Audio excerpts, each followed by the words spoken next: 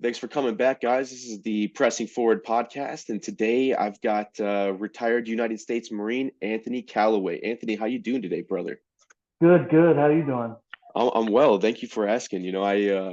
I got up nice and early this morning, got myself some coffee, and prepared for my day and this conversation that you and I are going to have. So I'm really looking forward to it, man. I've been following you for quite some time now. Like I had said previously, you've got some funny comedy content, and I love your artwork as well. Yeah, So I'm thank you. glad I could get you on. Thanks, man. I really appreciate it. Thanks for having me on. A lot of times as a creator, you kind of forget that there are actually people that are watching or listening to you. So for me coming on, I'm just honored that someone wanted to have a conversation with me, honestly. Oh, bro, I know that EOD guys, I mean, obviously I'll let you get to that, but you guys are a dime a dozen, or not a dime a dozen. What was I gonna say? Like you're diamonds, like in the rough, you're gems out there because there's not a lot of EOD dudes. Um, and a lot of guys aren't willing to go out and play with IEDs all day. So I'm sure you've got Right, some right. some great experiences, and I want to talk about like the things that you've done, after the Marine Corps and what you're up to now. So if you don't mind, I'm just gonna ask you a few questions and we'll get into it. Okay, yeah, cool. Shoot away, S- man. Sweet, dude. So where'd you grow up? I grew up kind of in a few places. My mom remarried young, so I went from South Carolina to Virginia. Uh, but then initially, well, in the end, we settled down in Florida. So I call Florida my home. Okay. Um, Yeah, so I I see say that I'm from Florida. you got Yeah, the Jacksonville hat on. So is yeah. that I get my dad's hat on. gotcha. Is that the area that you currently live in, or that where you kind of grew up as Yeah, I'm in well? Jacksonville. I'm in Jacksonville. Okay, nice. So what was life like? Like, I mean, going through that, I'm assuming high school in Florida. So what was that like growing up in Florida? Oh man, super tough, bro. No, Oh yeah. high school in Florida in the thousands was you know pretty cool, pretty chill. I mean, uh, I knew like I wasn't gonna go to college, so I knew like my way out of my normal life would be to join the military. I knew that at an early age, so I just kind of did whatever it took to get past like the grades just to get through high school, and I was like, I know I'm going to the Marines. Okay. I knew it So was jump, yeah. what do you think like led you to, come to that conclusion? Honestly, the uniform is just sick when you look at it. But Agreed. honestly, my grandfather told me don't join the army because he was an army guy, and my dad, my stepfather, who I call my father, uh, told me don't join the Navy. So right then and there, I was like, well, I guess I got to be a Marine then. Yeah, that's I mean, I think it's funny you say you had people tell you not to join the Navy or Yeah. the Army. I had like the opposite. My cousin was he was in the Marine Corps from like 96 to 2000. And I remember when I was getting to that point talking about, really wanting to do it. He always had the in his garage, he had the posters, the recruiting Mm-hmm. posters, like the Yeah, for recon sure. dude coming up out of the In the swamp with his water. rifle. Yeah, like so it's like I was like, man, Frank, I want to be a United States Marine. And he's like, no, you don't. It's like, go join the Air Force. And I was like, dude, like, no way. Like, I want to join the Marine Corps, kind of be like you. The uniform was sick. So that drew me in. And obviously, witnessing September 11th, as a young kid, that was what started my journey. So like did 9/11, how old were you when the towers fell? I was in boot camp for 9/11. No shit. So you Yeah, enlisted before. I enlisted before. Yeah. Wow. Yeah, I already knew that I wanted to join. I knew I wasn't going to college. Fast forward the summer because it was my last summer at home. Dicking off with my friends. I didn't think much of it, but I was a few days into boot camp, and we were getting shots at medical, and then you just knew that something wasn't right. Something happened big, and all the drill instructors ran away. Like all the adults that were watching us like disappeared to like behind closed doors and doors shut and everything. And then Then small changes came like that very next day. Like there was like extra drill instructors and like talk about you having to like change your job and stuff like that. You No know, like shit. yeah, Give me a little like because this I've most guys either joined like because of it or like well yeah, before or after. Never had heard of story where somebody's been in fucking boot camp and seen those changes like yep. immediately take place. So can you kind of explain for us like what some of those things were that you noticed? The rumor mill automatically went to like something happened to America. We found out eventually, but we didn't see the video of the towers falling. We saw the newspaper, and because there wasn't like I don't know, it's old school, 2001, obviously. But so the towers had fell. You knew something was wrong. There was like more DIs for a full week, but there was rumor that everybody had to change their job to infantry. Like it was going to be like a Vietnam type deal, and that stayed around for like 3 or 4 days. And then one of the drill instructors had to talk to us that it wasn't happening, that everyone was gonna go through with their own jobs. But those guys crying at night and like all kind of stuff because they didn't. No one knew what was going on. Right. Right. I mean, I can't I can relate to the guys crying at night because that definitely happened. I was not one of them. I actually I thought that was quite entertaining to see some guys Yeah, cry, to be honest. Maybe that's mean, but yeah. like that mindset of thinking holy shit, like what did you initially enlist or like enlist under? I came in as 0311 Okay. Oh, so security you did. forces. So for Okay. me was well, they said I was infantry anyway, so it didn't really. I was like, all right, I guess I'm going to do my job anyway. I didn't. It didn't click with me. It didn't click like Okay. Okay. that. Really didn't click with me yet. Like war, that didn't really hit with me till SOI, School of Infantry. That's when it like hit. Like yo, you're going somewhere bad soon. So this is like you get done with boot camp, what, probably in like December or something or November of Yeah. 2001. Yeah. Okay, Mm-hmm. so you do that. Did you was it just like boom, like after you left boot camp, were you allowed any leave or anything to go home or did We they just did. okay, okay, We did get leave. Everything went as planned, as normal. Um, we did get leave, but that year there was a horrendous snowstorm up north, so all the infantry classes were short-handed. There were where there's like a couple hundred infantry dudes per class. There was only like 100 of us, and that I remember for my cycle, there was only 100 of us, and it just meant like more shit from the instructors because you had fleet instructors that hadn't been to war yet that wanted to go to war. So what the last place they wanted to be was teaching infantry. You know what I gotcha, mean? gotcha, Like, and that was before heroes went through war. So a lot of the turds might have been kicked over to SOI to instruct. You know what I mean? gotcha. So in that sense, was your experience at SOI like subpar from what you thought it was going to be, or was it just like rushing you No, guys through, or no. For me, it was okay. I had to relate it the military to something because it's so weird and new to you. So once I figured out, man, it's like 3 days. It's a day. You got three hots and a cot. It's not three hots and a cot, but get through the workday. Make it through. You made it through breakfast chow. Then you made it through lunch chow. Then you made it through dinner chow. I think SOI is where I really put it together. That like, okay, this life's gonna suck, but all I gotta do is make it to the next thing, and then the next thing. You know what I mean? Because they said that yeah. boot camp, the crucible was going to be the hardest thing ever you did, but then you did it. So that's all it was breaking small Right. milestones. Yeah, dude. One foot in front of the other, like one Yeah, objective at a time. yeah.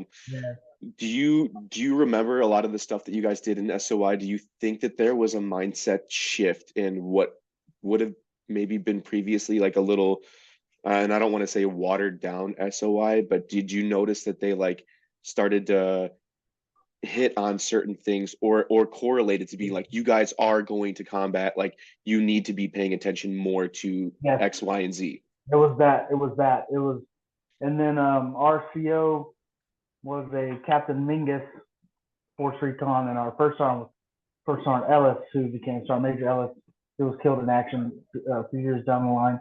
But it was a very intense. You guys need to understand that this is where you're going there next, and actually, all pretty much majority of the whole class went to 1-5 who Okay. fought in some of the kick-ass wars. Yeah. Okay, so you finish up SOI. This is probably what, like the beginning of 2000 and like early Yep. 2002. Yep. And were you stationed with Fifth Marines? No, from there I was security forces, so I had to go to Oh, another right, school. right. Oh I got shit. security, So they like say, you graduate SOI school. They tell you get in cities, grab your crap, then you're on a bus to Chesapeake or Virginia Beach or wherever it is, no Chesapeake Bay shit. or So something. even then with and I had a couple of buddies of mine that went that route.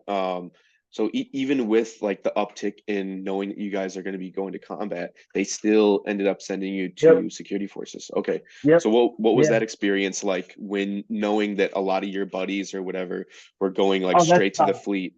Yeah. It sucks because you grew up with them in your short little stint, thinking like, oh yeah, we're infantry, we finally made it, we graduated. But then you're hauled off to another school, and you're like, man, this really blows. These guys are going to be in there like next week. You know what I mean? Kicking down doors. Where I'm going to be stuck in a classroom, and it kind of sucked. But it was another thing you had to pass.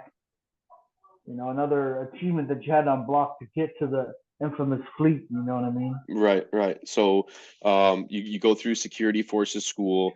Where did you go? I mean, if you want to hit on some of the things that you guys were being I got taught. sent to in security force school. Basically, you're taught how to how to stand post, different rules and regulations, some definitions of deadly force that you have to memorize and all. A lot of MAI, which was before the McMatt program, um, pistol shooting, pistol qualification, shotgun qualification.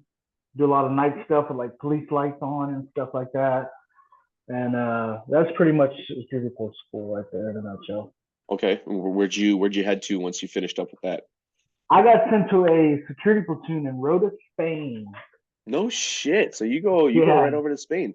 Now, you've gotten to this point now when you're on your way to Spain, you're probably what a maybe PFC, maybe a Lance Corporal at the time. PFC, PFC, Okay. yeah. So you're doing this. Do you think that the way that you've been brought up in the Marine Corps so far, like you're ready for this mission? Are there doubts in your mind about your capabilities and the things that you've learned up to this point? I had no idea what the hell was going to happen in Spain. I didn't know what Spain was. I didn't know why Marines were there, why I was going there, why, how am I going to a European country when there's a war in another country? I didn't understand it.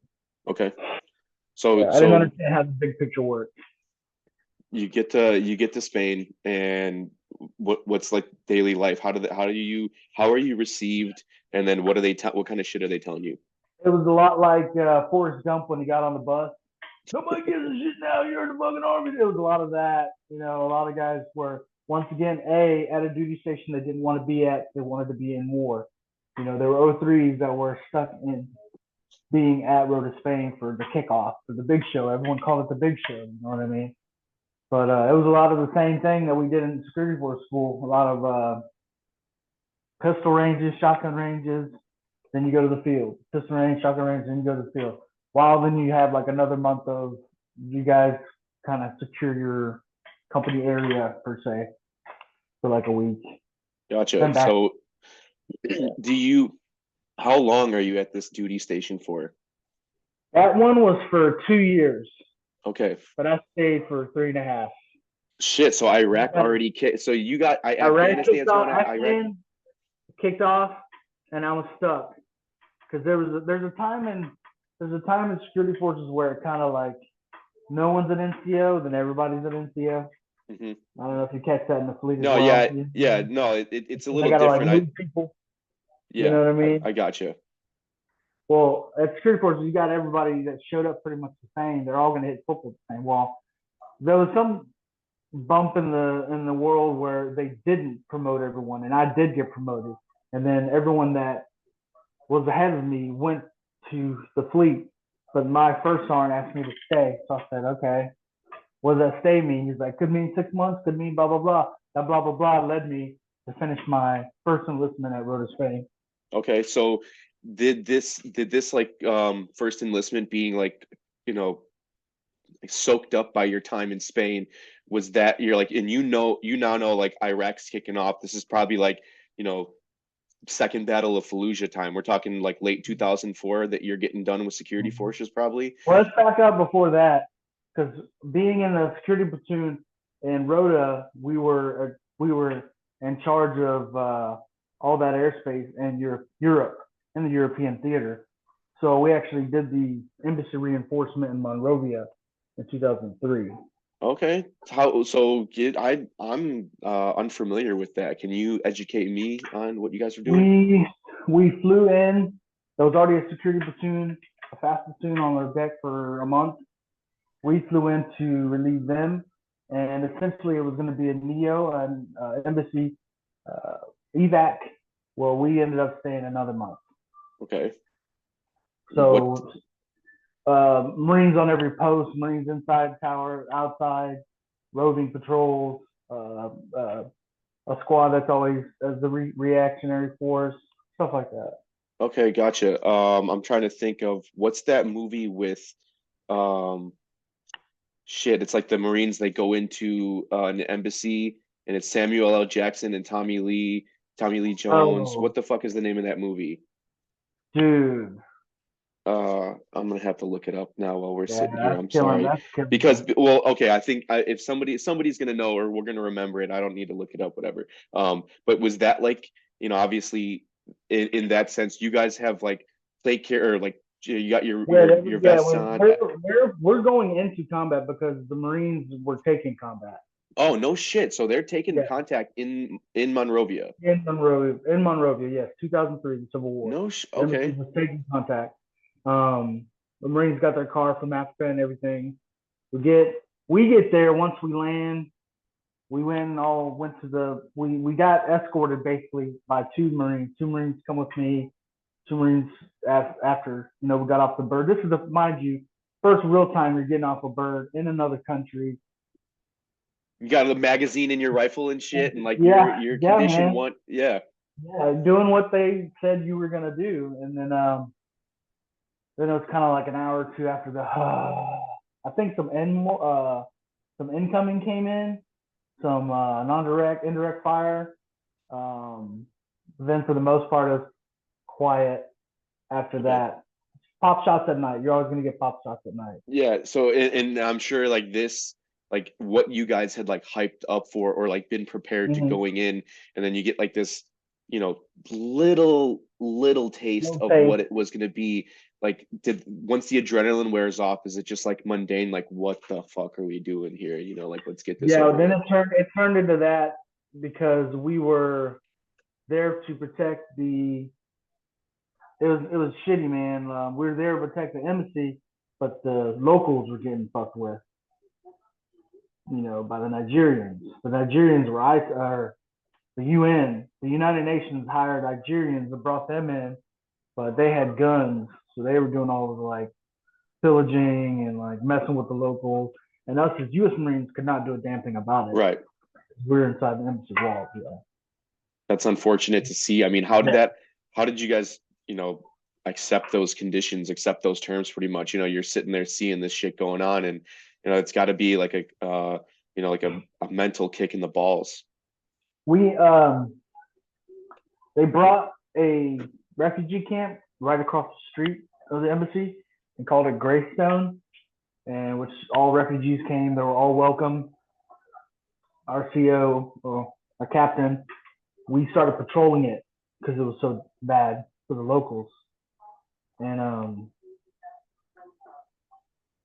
sorry, I just lost my train of thought. That something No, blinked up on the screen. yo, you got Uh, it. Okay.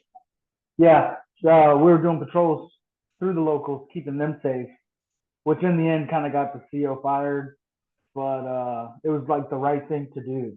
Yeah, Yeah, that's good. I mean, it's you know, it's hard to stand back and accept something that you know is yeah, wrong.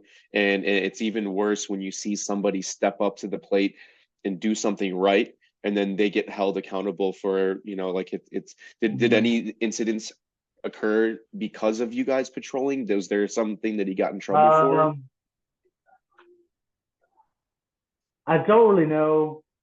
We weren't there. Just we weren't there for the local civilian, and I mean, like the local cops were called the LODs, the Lord of the Devil, or whatever. They would show up in these like RAV4s, like the Toyota truck.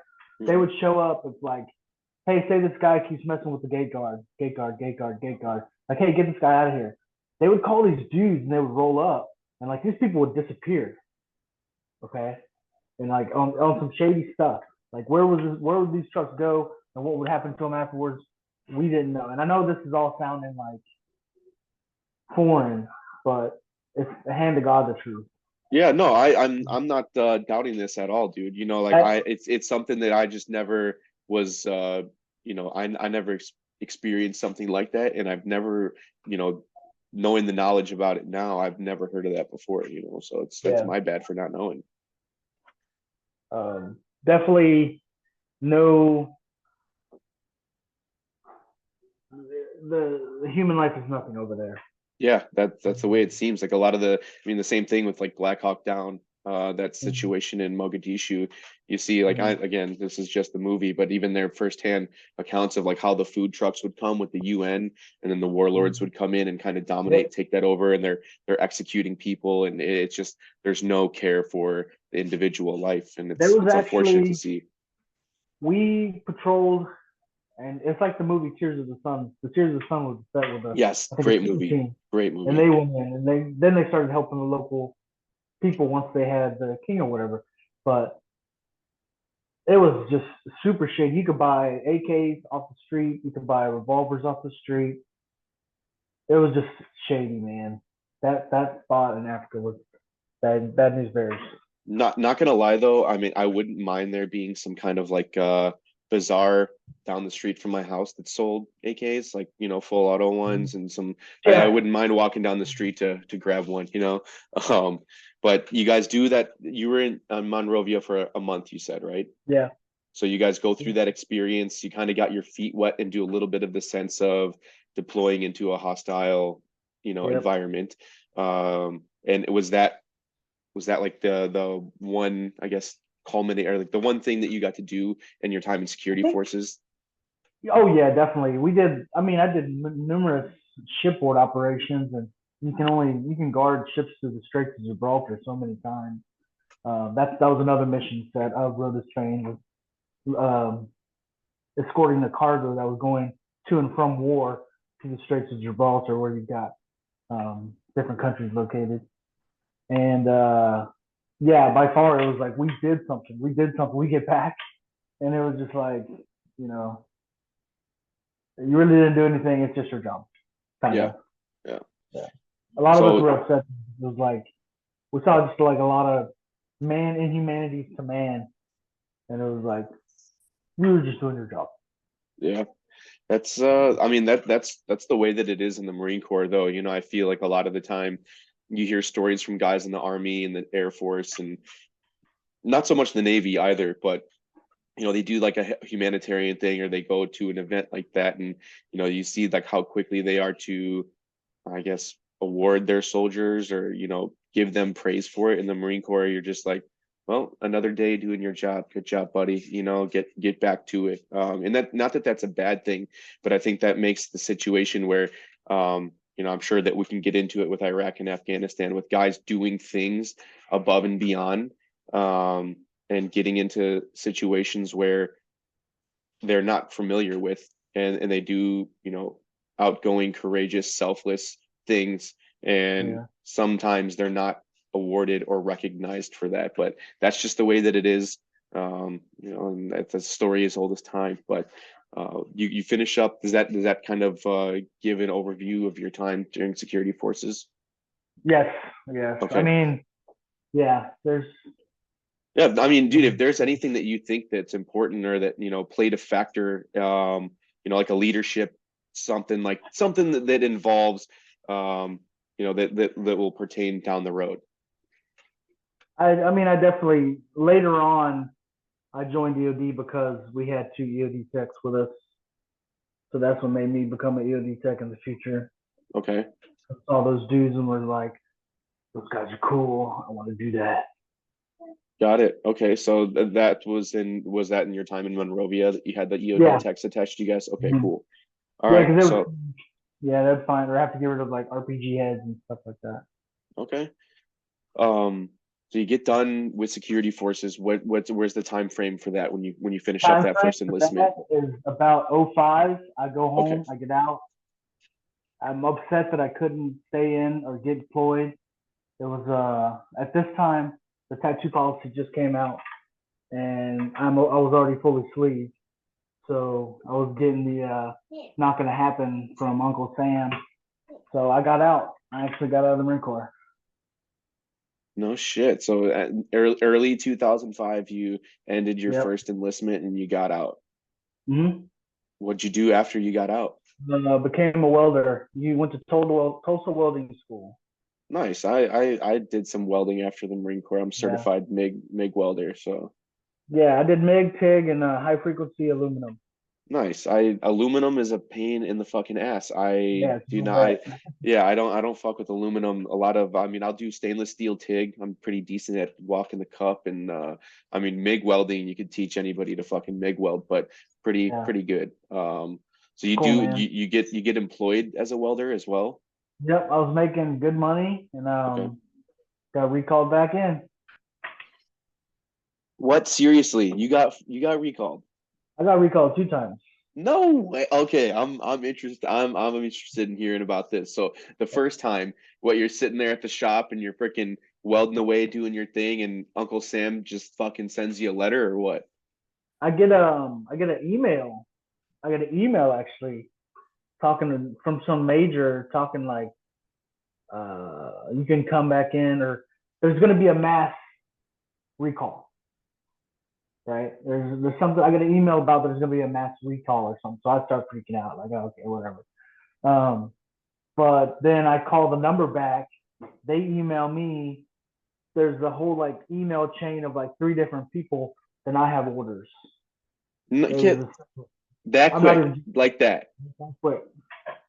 That quick to Afghanistan. Okay, so 2005, what they'd send you back as you're a grunt, yeah? They send you to what battalion They was send it? me to they send me to Camp Lejeune to get processed, to get gear. Then I get sent to Afghanistan to do jump platoon for the army. No shit. So you're rolling with the battalion commander and battalion sergeant major? Yep. Okay, I was in the jump platoon and Third Light Yeah. Armored Reconnaissance Battalion, so I know all about that shit. What Nice, man. you're how old are you at this point? Uh, 22, 22 years old. 22.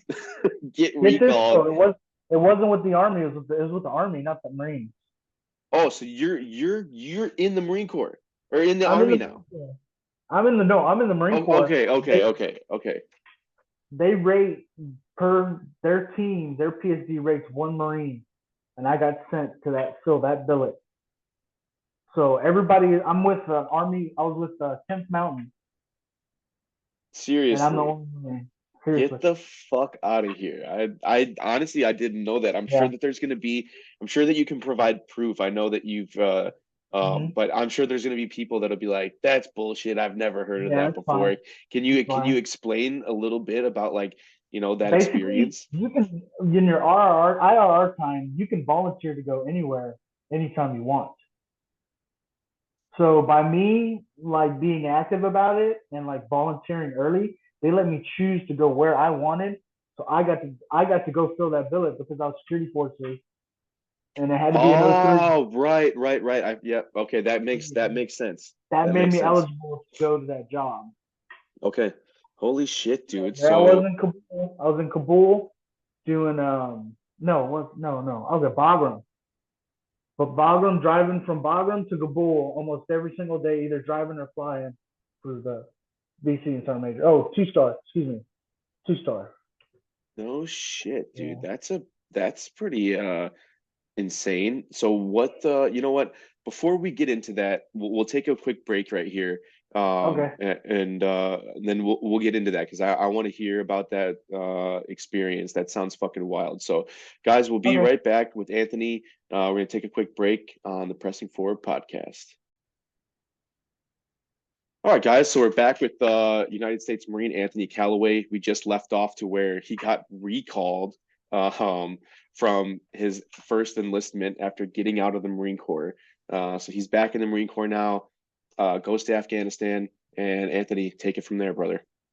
I was doing a jump platoon, or PSD is what the Army term they use, is a personal security detachment, and doing it for the BC and CO of the 10th Mountain and 101st, no, 82nd, excuse me, 82nd Airborne Division, both those two while I was there, which commenced of doing combat patrols, whether mounted or we do flyaways and dismount patrol with the generals, kind of just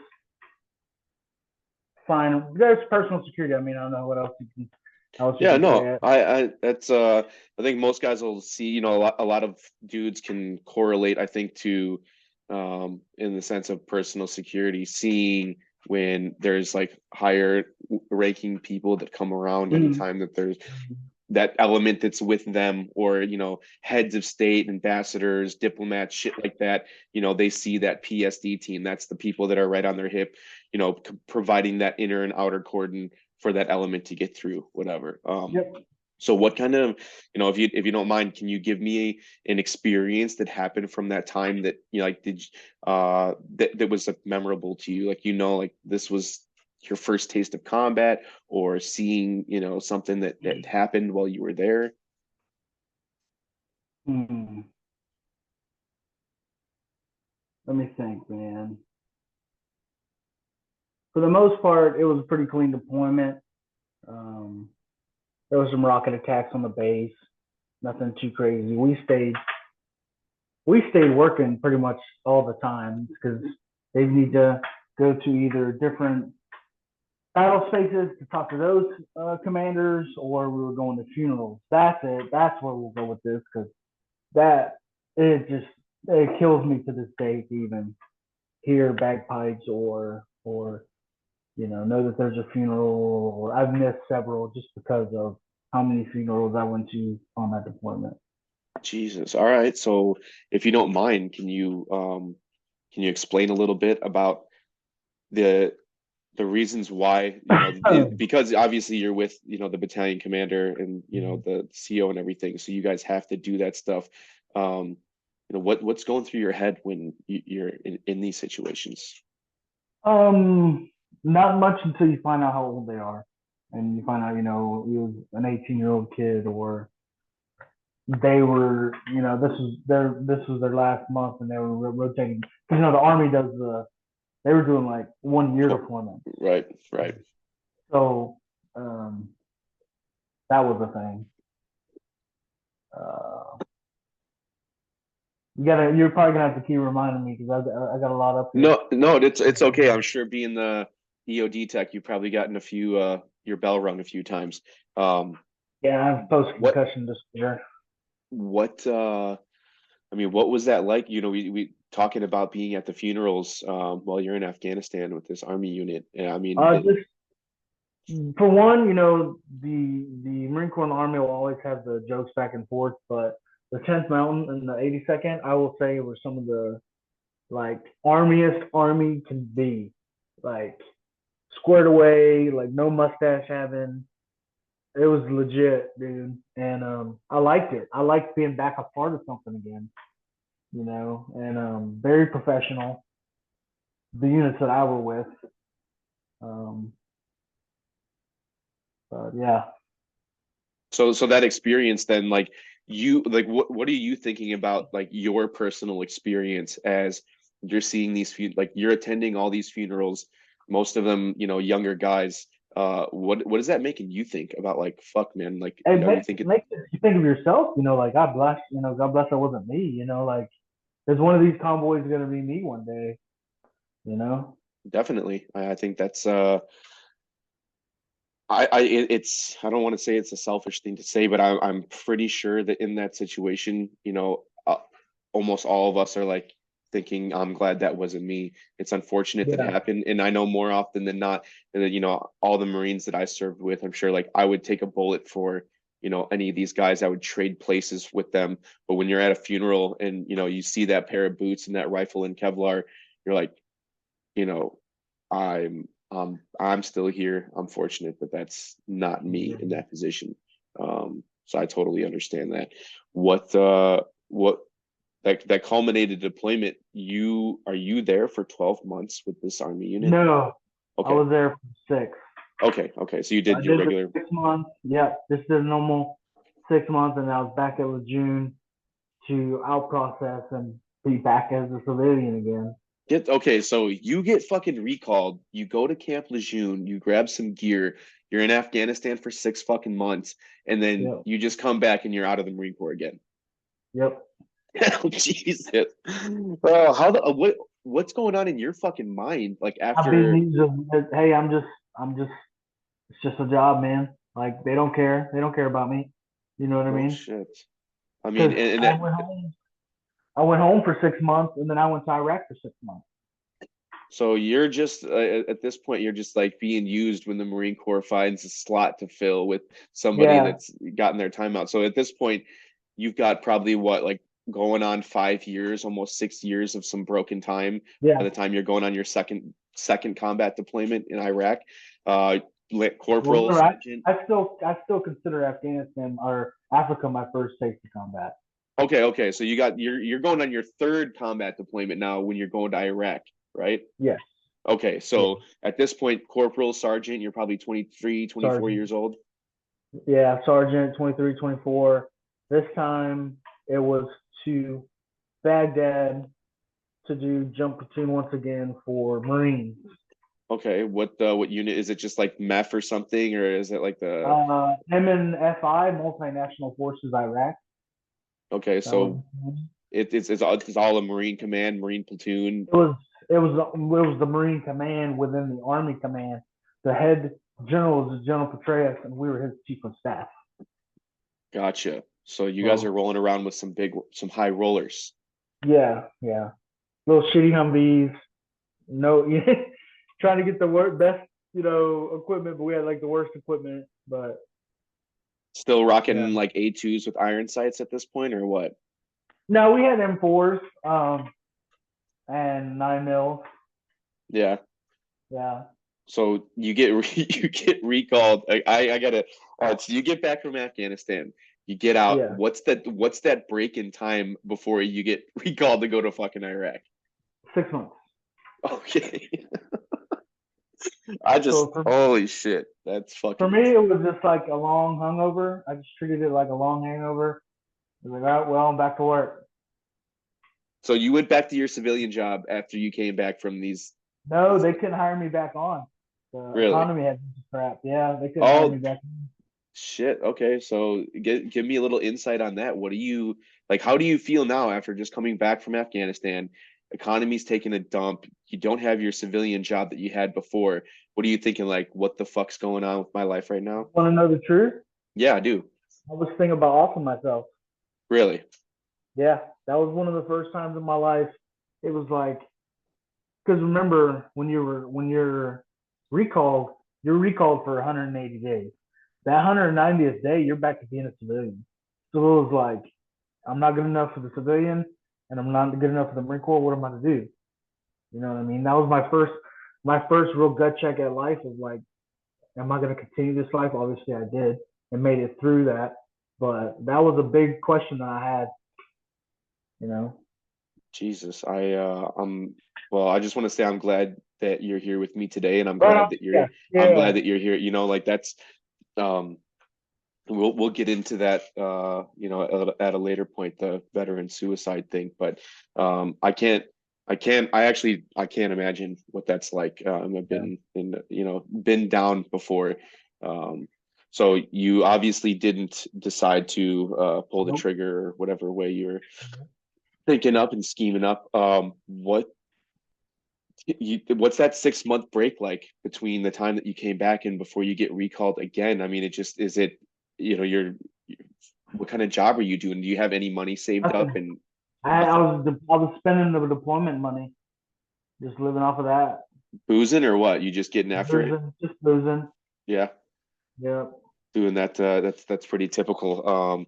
Do you think that that was a way that you were dealing with like some of the stressors that you had felt? Obviously from your time in service, being in Afghanistan, coming back, and now you're tossed to the wind, and you're like, what the fuck is going on? Like how am I? Oh, sorry, I'll let you get your text in there. I'm sorry. Yeah, my brother just shot me. Text my brother now texting me. Um, can you ask me that one more time? Yeah, yeah, yeah. No, so you're do you feel that the drinking was a way for you to cope with the stressors that you had experienced? I Not became like, that was the most violent I was drinking ever in my life. Was not knowing, not being able to, think I was good enough to be in the Marines. and I mean, especially at this point, you're at 22, right? 20 or 24 years old, probably somewhere in Yeah, between there, and a young man with no direction, no purpose, no tribe. mm, You really can go towards the wayside. What, through yeah. that 6 month period, what did it feel like? And I guess this might have a different ring to it, knowing what you were just going through when you got that letter or email or phone call that you were going to be recalled to go to Iraq. Oh man, for one, I went to the bar to go tell my bar friends, but I was on top of the world. Like I'm back. You know what I mean? It's gonna the world's gonna right itself because I didn't have anything else going on. Nothing So else. was it not possible for when you like did you think about like did you ask about like, hey, can I re-enlist? Can I get back into full active Oh, duty service? the whole Really? time, even in Afghanistan, I was fighting like, um, yeah, can I come back? Can I come back? 'Cause I knew, hey, the grass is greener on the other side. You know what Right. I mean? Um, I had been asking. Remember, the whole tattoo thing had just came out, and the Yep. Marine Corps had put the Shabbat on tattoos. So I was fully sleeved Lance Cooley, um, and it was biting me in the ass hard. Yeah, that's I think that's some decisions that guys make to get tatted up. Yeah, Like you try to get by with the one hand cover up, but we all know that yeah. that doesn't really work as well as I you had think it I does. had Yeah, like full sleeves. everything. Um, Yeah. did that like okay? Well, I'll just ask you. Did that put you out as like kind of a shitbag then? Like once that order had dropped? No, no, no, no. I was treated very fair by my command and everything. It was a Okay. dumb rule that no one agreed with. Right, right, and that backs way up. So I'm not trying to lose our forward progress here. Okay. Okay. But so you get recalled to go to Iraq. You're on top of the world. You're Yeah. like, fuck yeah, everything's turning out the way that it should. Where do you go once you This actually? time, this time, the Marine Corps lightens up a little bit or smartens up and says, "Hey, we can't just take civilians and send them to Afghanistan a week later, like we've been doing." So they made us stay for a month, and during a month, we had to get all your annual training done, like PFT, swim, uh, rifle qual, all that trash.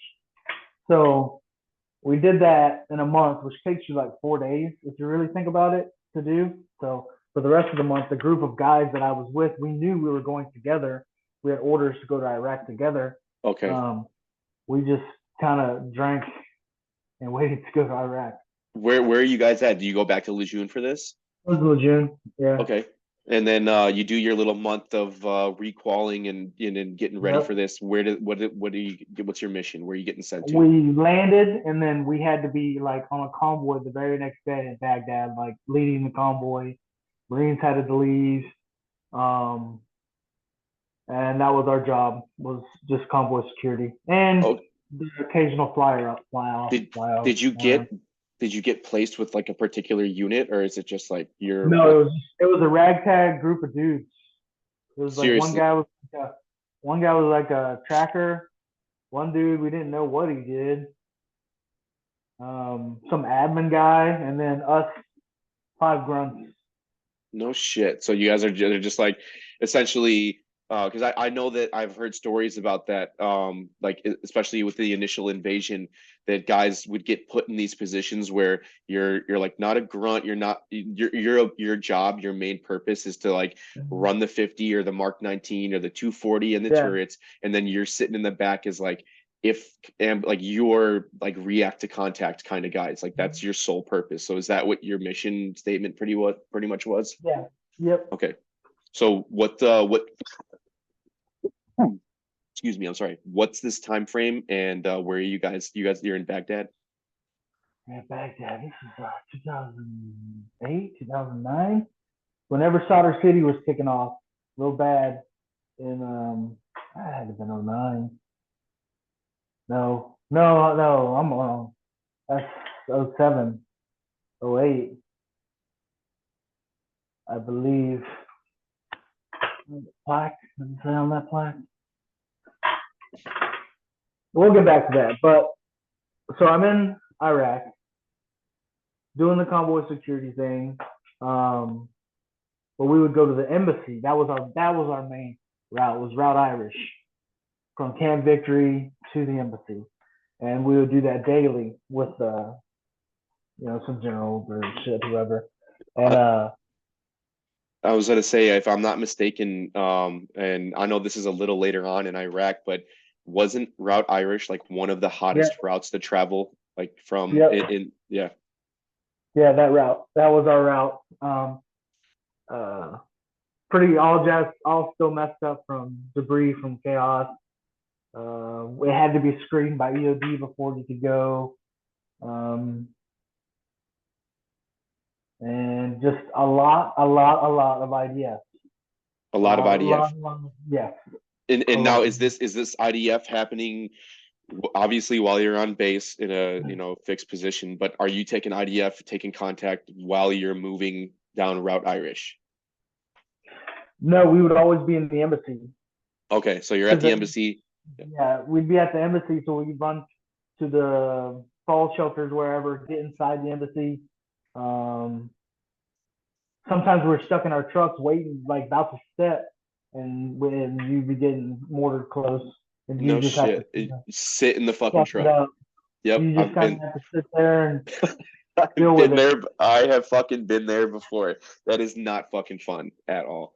Yeah. Um, I so that again is that another 6 month deployment that you just went on? Yep. Okay, Hmm. so this time after this 6 month deployment, this is your second time being recalled. You've gone to Yep. Afghanistan. You've gone to Iraq. What the fuck happens after this deployment? Go back home and fall on my face again. Jeez, it's okay. Holy shit. All right. So you go back home. Are you feeling accomplished? Are you feeling satisfied with your time spent in Iraq and what you just did? Oh And yeah. then Yeah. what Being home, that I wanted to be back. I wish it was like I could have went home for one night and then gone back to work. That's the way I felt. back and when you say back to work, you mean back to Iraq or Afghanistan or Yeah. in the Marine Corps? Yeah. Okay. So like that first night, it's like, hey, yeah, I'm home. Like see your buddies, see some family, fucking drinking some beers, having a good time. And then the next day you wake up and realize like, fuck, I'm not going back to the Marine Corps. Yeah. Okay. What again? You said you fall on your face, so run me through that fucking hole that you get in. Um, Still a sergeant. So this is 2008ish. I'm working. I'm working at the recruiting office. They're trying to help me. They're telling me, or they got a lot of free labor out of me that I'm going to come back in. You know what I mean? So we're working on it. There's a package in. We're moving forward. So I was kind of working as a recruiter, like kind of helping. Like you're doing recruiter's assistance for free with no fucking Marine Corps pay coming in. Yeah, Yeah. yeah, You going to the mall trying to cherry pick some kid yeah. fucking like I uh get the orders for school. Boom, I go to EOD school, 2008. oh okay, so you got your fucking orders. Yeah, I What got was exactly what I wanted. I got to come back in for one, and two, uh, go to EOD school. okay, so what was that gap like from coming back from Iraq until the time that you went to EOD school? Like 6 months. like Okay, six so or 5 years. another 6 months. And was there a point in that time that you had kind of given up on the fact that you were ever going to be able to get back in? Yeah, I was gonna go to the army. Really? Yeah. And they were like down to accept you, like they didn't think that you had like like, oh man, no, we're not going to take you. They were like, dude, we'll have you gone in 2 weeks. Where do you want to go? Like, Oh what shit. schools do you want to go through? Yeah, for sure. That's that's a pretty cool thing that I have seen, because when I first got out of the Marine Corps, I had realized that I had made a mistake, like, a couple Yeah. months in. Oh, hello, beautiful. What's up? Oh, hey, can you ask mom to help you with that? I'm right. Sorry, I gotta do dad stuff and put on a Of course. princess dress real quick. Come here.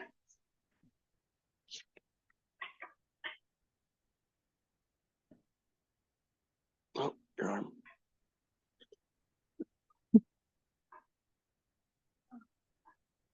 Hey, hey, pull your arm back. Stop.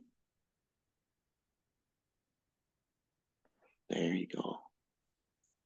There you go. All right, you got the other one. Go. Go.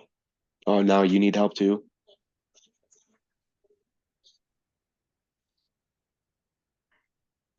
I was really hoping that it was going to be Nerf guns and you know, playing with night vision.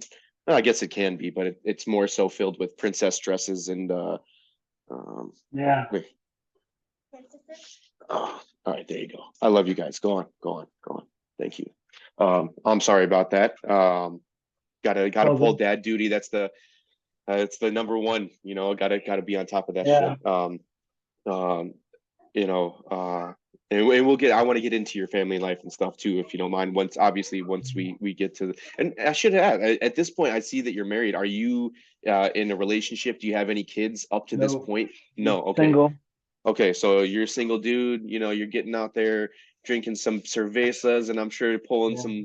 pulling that single man life. Hey ladies, I just got back from Iraq. What's going on? But uh, that break in time, and I had asked you, if oh yeah, you said you were going to the army. I was going to say that's one thing that I think is positive, that happens when guys get out. Like they can utilize, like, the army can find a lot of shit for Marines to be able to do. Um, mm, and that their willingness to take them in, you can keep your rank, and more often than not, you're going to be able to pick and choose whatever it is that you want. I think that's what makes it so provocative to a lot of Marines after they get out and realize that they had made a mistake, to like join the army. So luckily, you didn't have to go through with that. You get orders to go to EOD school, and let's take us on that journey. let's see, graduated EOD school. Greatest thing since sliced bread.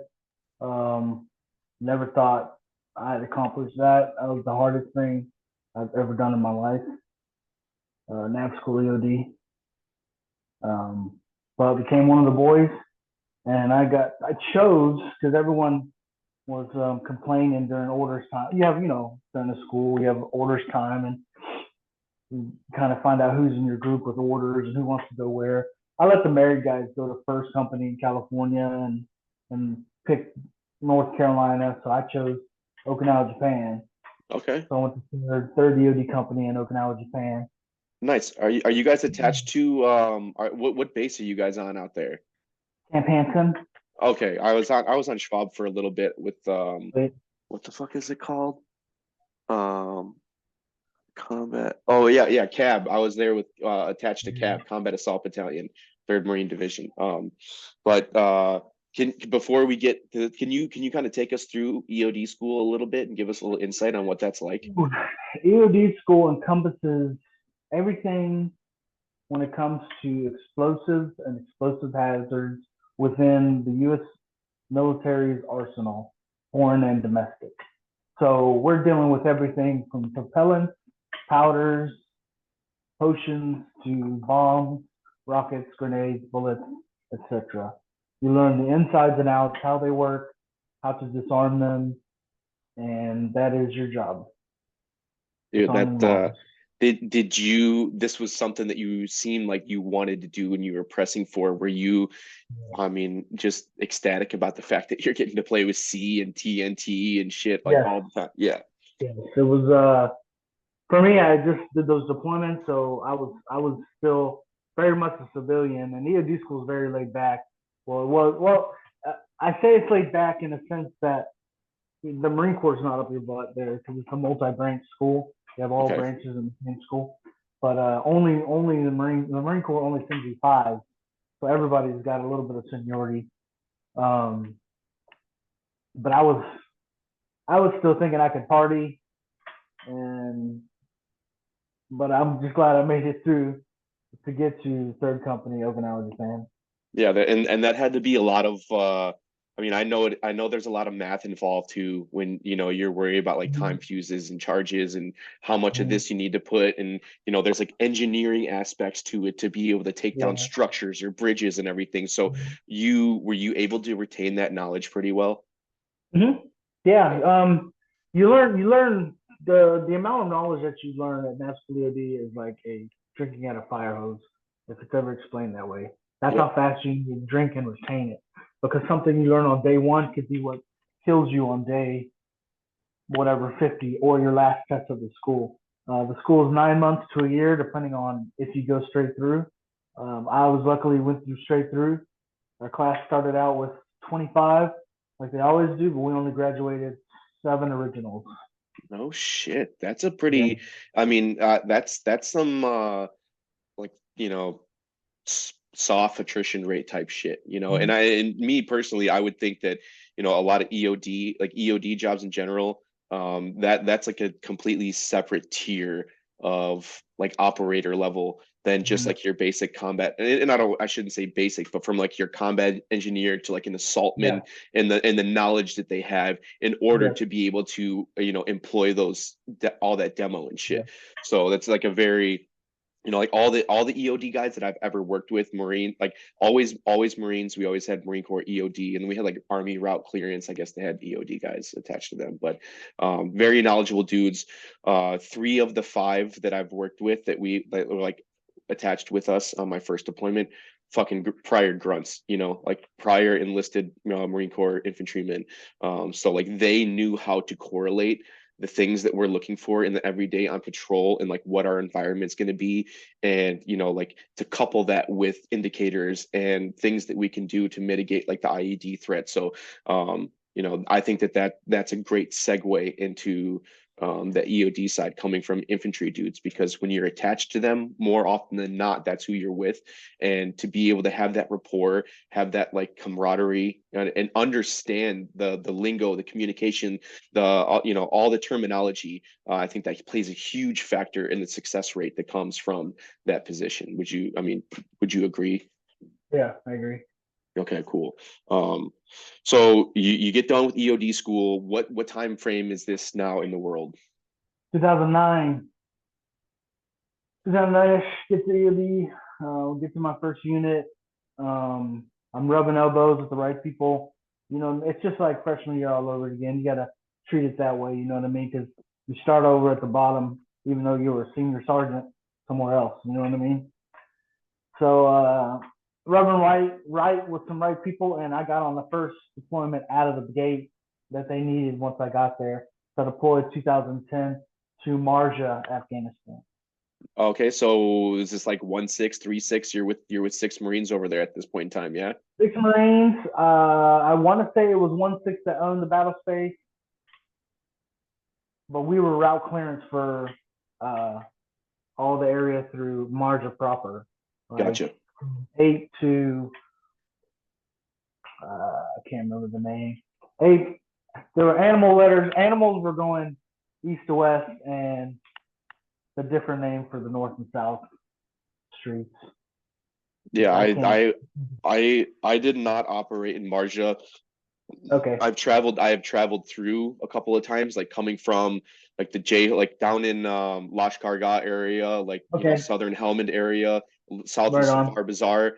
So if you go up, like when we would go to Dwyer or Leatherneck, we would convoy up from like Fob Payne area, like all the way up through into like Dwyer, like Cop Rankle, go through Marja into Dwyer, and then up to Leatherneck to get to Sangin. So that never operated there. But give us a little insight on that deployment for you as your first deployment as an EOD tech? Hot boy, hot dude, kinetic. Yeah. Um, Firefights every day, firefight 30. I mean, always became men in Marja. Um, it fucking sucked, dude. Shit, I just got emotional. No, this is, dude, you don't need to apologize to me at all.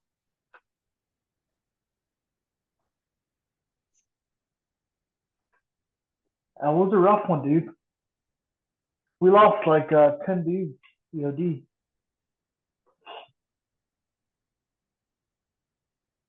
Yeah, excuse me. Take your time. That was a rough year. So I was route clearance. We would we were actually based out of Dwyer, but we would stay in the battle space for a week sweeping or until we destroyed X amount of vehicles is what we called it. Route clearance is nothing but finder function, in which we did a lot of. You know, we found a lot of them, but we got blown up a lot. So at least it was us getting blown up and not someone else. You know what I mean?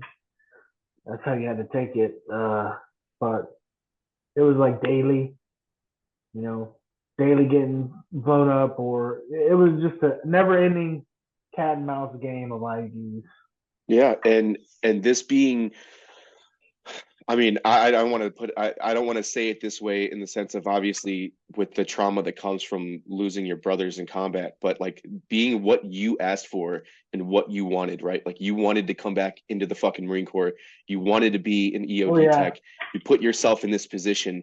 yeah. What is that mental struggle like when you know that like you didn't have to be here, but you are. I mean, and now you've gone through these experiences of loss and trauma. While you're on deployment, Yeah. how are you dealing with that? Didn't have time. Didn't have time then to normalize or let something sink in. Like I lost my grandfather on that deployment, and I still don't really think of it as had losing him, if that makes sense. You know what I mean? Yeah. Because dude, it was cowboys and Indians, man.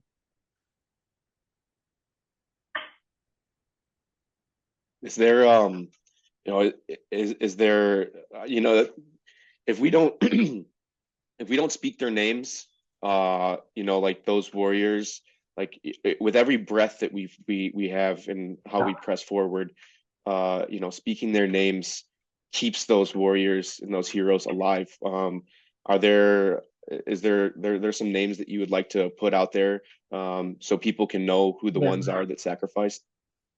Oh man, I mean, we like I said, we lost 9 to 12 that year in that year span from the EOD community. Um, some of my closer friends are Steve Dunning, Nick Sprostoff, as well as others. I mean, there's too many. There's too many for me to name. Just one to two. So, I got you. um, I didn't know if you wanted to, and I appreciate you sharing that with me. That's intimate information, and that is tough stuff to share. So that deployment, hot and heavy, kinetic. You guys are out there doing your job, getting after it. Is there a moment in time through that deployment? And I know this is a tough question to ask with a type of environment like that. Is there something that you saw that you witnessed another Marine or another, whoever was in that, a corpsman, go above and beyond with a selfless display of courageousness, an act that you saw that you noticed that was like that I'll never forget seeing that. we yeah we this was common in Marja for the grunts to get um, pinned down with heavy gunfire. It was pretty common. And for our clearance, we rolled with dude X amount of vehicles, all with heavy guns up top. So one day we just left Bob Marja and some grunts were pinned down on Elephant. And it was just like the movies. We arrived, we immediately turned guns, and that grunt squad leader jumped up on the Vic behind mine and was giving orders and everything. it was just like choreographed mayhem. You know what I mean? Like I was on a 240. I got on 240. I shot a couple cans that day during that firefight. So like that squad leader came up there and he's orchestrating the chaos and the Yeah, madness, and you guys are just fucking giving it to the Taliban. yeah. I was on a 240 and he was on a Mark 19. My air came on station. It was pretty rad. Yeah, those days are wild. Had a couple like that down on the Pakistan border, the southern Helmand, some wild shit. See some guys do some things, go above and beyond, and uh, really come into their own as small unit leaders or company commanders, and you see them direct that chaos and the Marines in the right direction, and it's just a beautiful display of violence. Um, so this deployment, again, you're there for 6 months in Marja. Well, no, we did 3 months in March, then we went to singing. Oh, geez. Okay. All right. So let's do this before we jump into you guys transitioning up to Sangin. Let's take a Yeah. quick break, and we'll be right back with Anthony Calloway, EOD Tech, United States Marine, right after this quick break. Thank you, guys. All right, guys. So we're back, pressing forward with Anthony Calloway here, United States Marine, EOD Tech. You just told me about some of the experiences you had in Marja in Yeah. 2010. You guys are at a pretty heavy fucking op tempo here, Mhm. taking some casualties, always Yeah. unfortunate. But then you tell me that you guys, 3 months in, you guys are leaving Marja and you're heading up to Sangin. So Yes. lead us off there. Yes. Yes. And let me back up. I was a teammate in a two-man EOD team. There's always a team leader and a teammate. If you're lucky, you have three, and then there's different way you work, yada yada yada. But so I was a young new EOD tech learning all this, and you know the IED warfare was very severe in Marja, very complex in Marja, and a lot of guys are getting losing legs um, in Marja. But we're there, and then we get the word that we got to go to Sangin. So we get to Sangin, and the first thing I could tell you is that it was worse. Yeah, I mean, that's in everybody. I think everybody can attest to that. That's been in that AO before. I mean, we were there for a little while, and it was bait and hook and pull us in with gunfire. And once you start maneuvering on that, it was fucking IED laden terrain. Yep. It was fucked. We'd show What up time? in Marja, we'd show up in excuse me, Sangin to do one IED, and then turn around 10 later. We'd stop. Like it's too bad, it's too nasty Right. right here. We're losing daylight. We can't. That's it. Yeah, and I think everybody knows that nighttime operations and even low light situations trying to work with IEDs is fucking excuse me, is an absolute no-go. I know that there's guys that attempted to do that stuff and it had to be done at certain times, Yeah. but it's just it's not a good vibe. What do you remember what time frame it was that you guys went up there? You said you were in Marja throughout the summertime. So is this the Yeah. fall that you guys transition into Sangin? It's the fall. It's during the 3735 rip. Dark Horse. Okay. Okay. So I was there for that. I've got some good friends that served with 3rd Battalion, 5th Marine, specifically Kilo Company. It was a rough time, man. Where the gym was on base, you shared the base with what the Brits. Um, So is this like Fob Jackson or something? this is Nole, No way. Okay, yeah, just south of there. and where am I going with this? Sorry. No, it's all good. You guys are talking about you guys are with the Brits. You're ripping 3735. You guys are on the base at the gym. There's a Yeah, gym on base. there's a gym on base, but you had to walk by the Brits or whatever. But then you walk past the headquarters, and you would see, the battlefield crosses every day, and it was rough, man. Like you had to see it. Um, Yeah. There was And some. this is just when Yeah. you're getting, and I'm sorry to cut, then this is just when you're getting to Sangin, right? Like you guys are Yeah. transitioning up there, Yeah. and Yeah. every day that you're walking past, it's a constant reminder of the price that's paid every time you leave the wire. Yep. Yep. So where's your fucking headspace at now? Like you said, you take that little time to transition and you don't know what the environment is that you're going into, and it's just as fucking hot, if not hotter. I mean, how are you processing all of this shit? As an EOD tech, as a young EOD tech, I say, I would just turn my brain off and almost play as if I lost the game. Meaning, hey, if you're not gonna make it, you're not gonna make it. There's no use, being a wimp about it. Go out just doing your job. You know,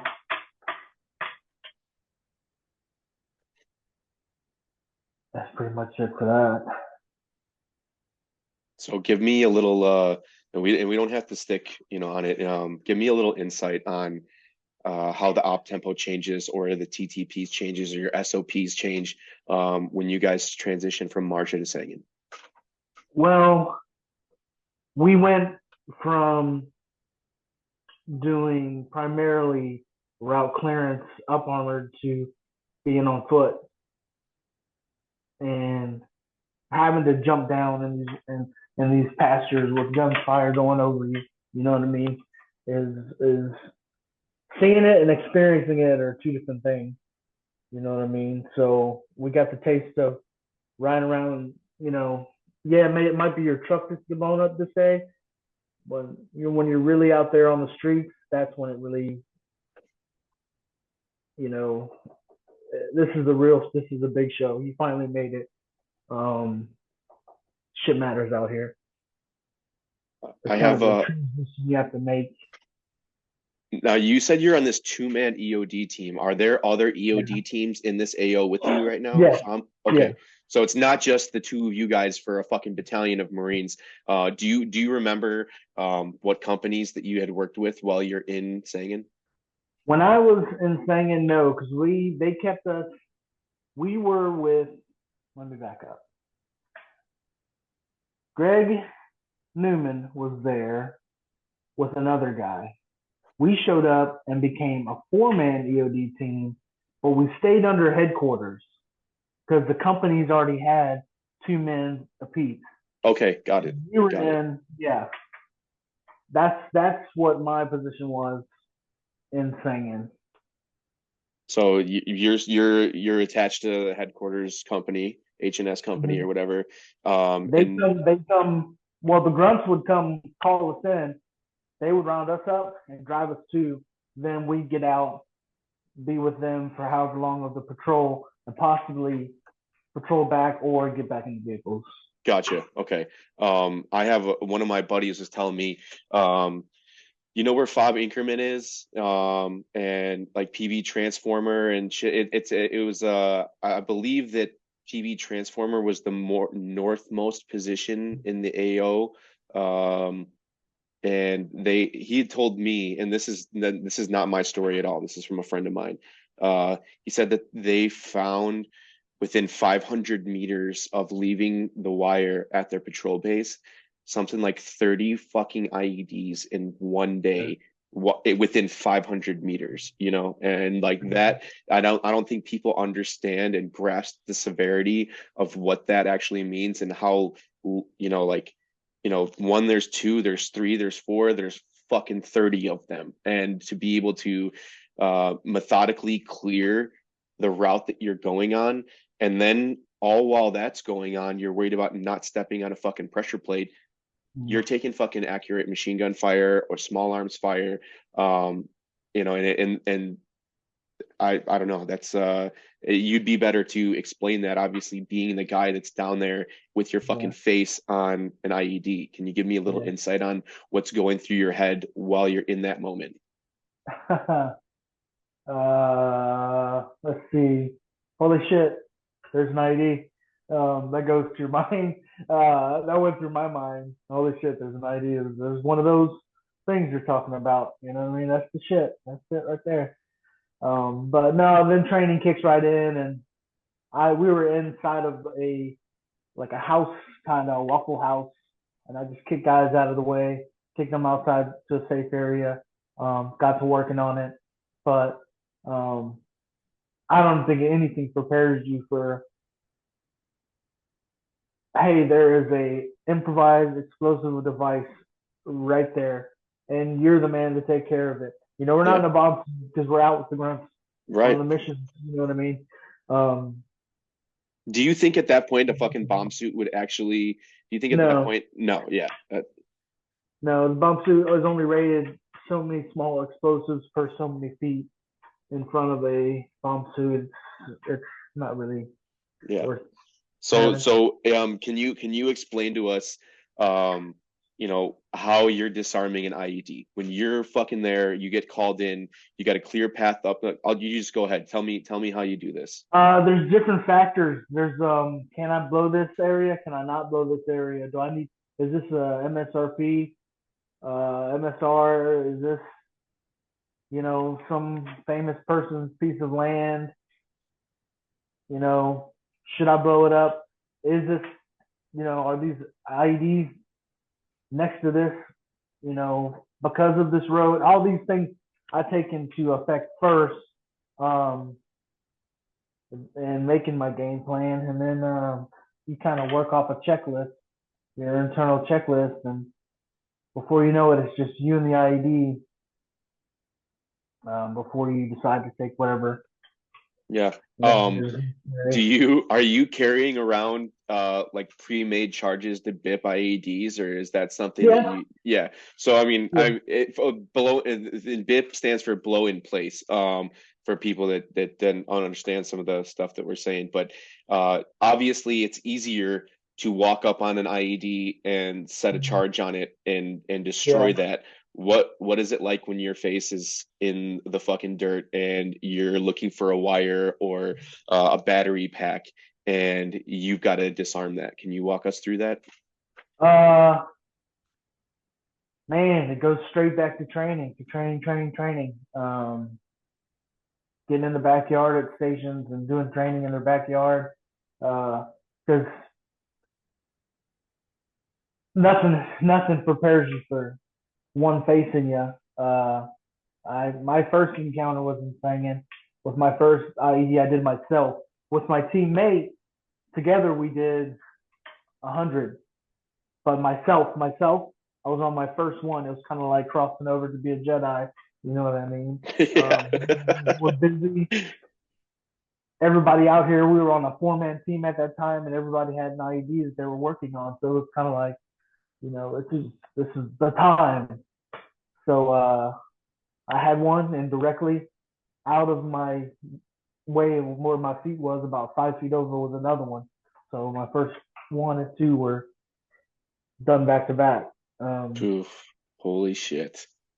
yeah, that was one of the days of showing up to do one call and then ended up doing about 10 and shutting down the op All right. or the work of the day.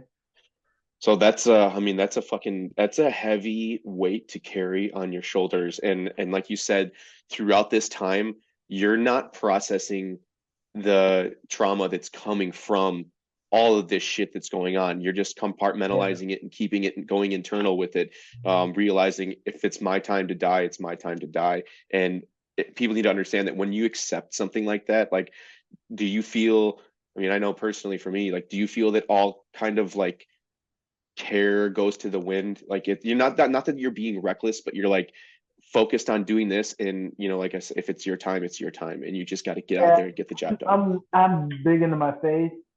And for me, it was just like, if it's gonna happen, it's gonna happen. There's nothing you can. In my faith, we don't pray for the dead. We pray for the living. You know what I'm saying? Um, but that's the way I lived it. If it's gonna happen, hey, good thing it happened out here, the big show. You know what I mean? Excuse Instead of me. 90 Oh, years old or something. yeah, yeah. Like, am I going to live a long, boring life after this, Yeah, or am I going to go out in yeah. a blaze of glory? I want to ask you a difficult question. Mm-hmm. If you're okay with answering it, go Sure. ahead. If not, you can pass on it. But when Marines were getting blown up, stepping on pressure plates, and Yes. did you feel did you feel something inside that you thought that you could have done or should have done more to prevent that from happening? There's always 100%. I feel like I could have done something different. Maybe I could have saw. Maybe if I was sweeping, I would have saw that piece of trash or the discoloration in the dirt, or maybe I would have seen it first, or maybe I would have found the battery pack first. You know, my mind personally, me, there's always that. There's no running from it. And how do you, I mean, um, is that something that's hard for you to cope with to this day? Oh yeah, I mean, my best friend Steve Dunning, it's been gone going on 12 years, and I still wrestle with, what I would have done, you know. But in the end, we're not the ones that were there, you know. Right. Um, He was shit. working in Musa Kayla. He was working in Musa Kayla, and IED got him.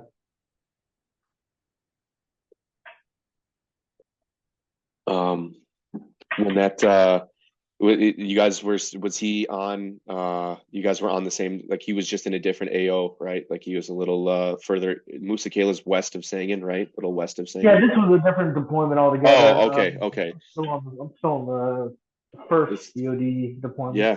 So let's you had we've heard some things about operating in Sangin. When does that deployment end for you, that first EOD deployment? I don't remember the dates because we were there for 6 or 7 months.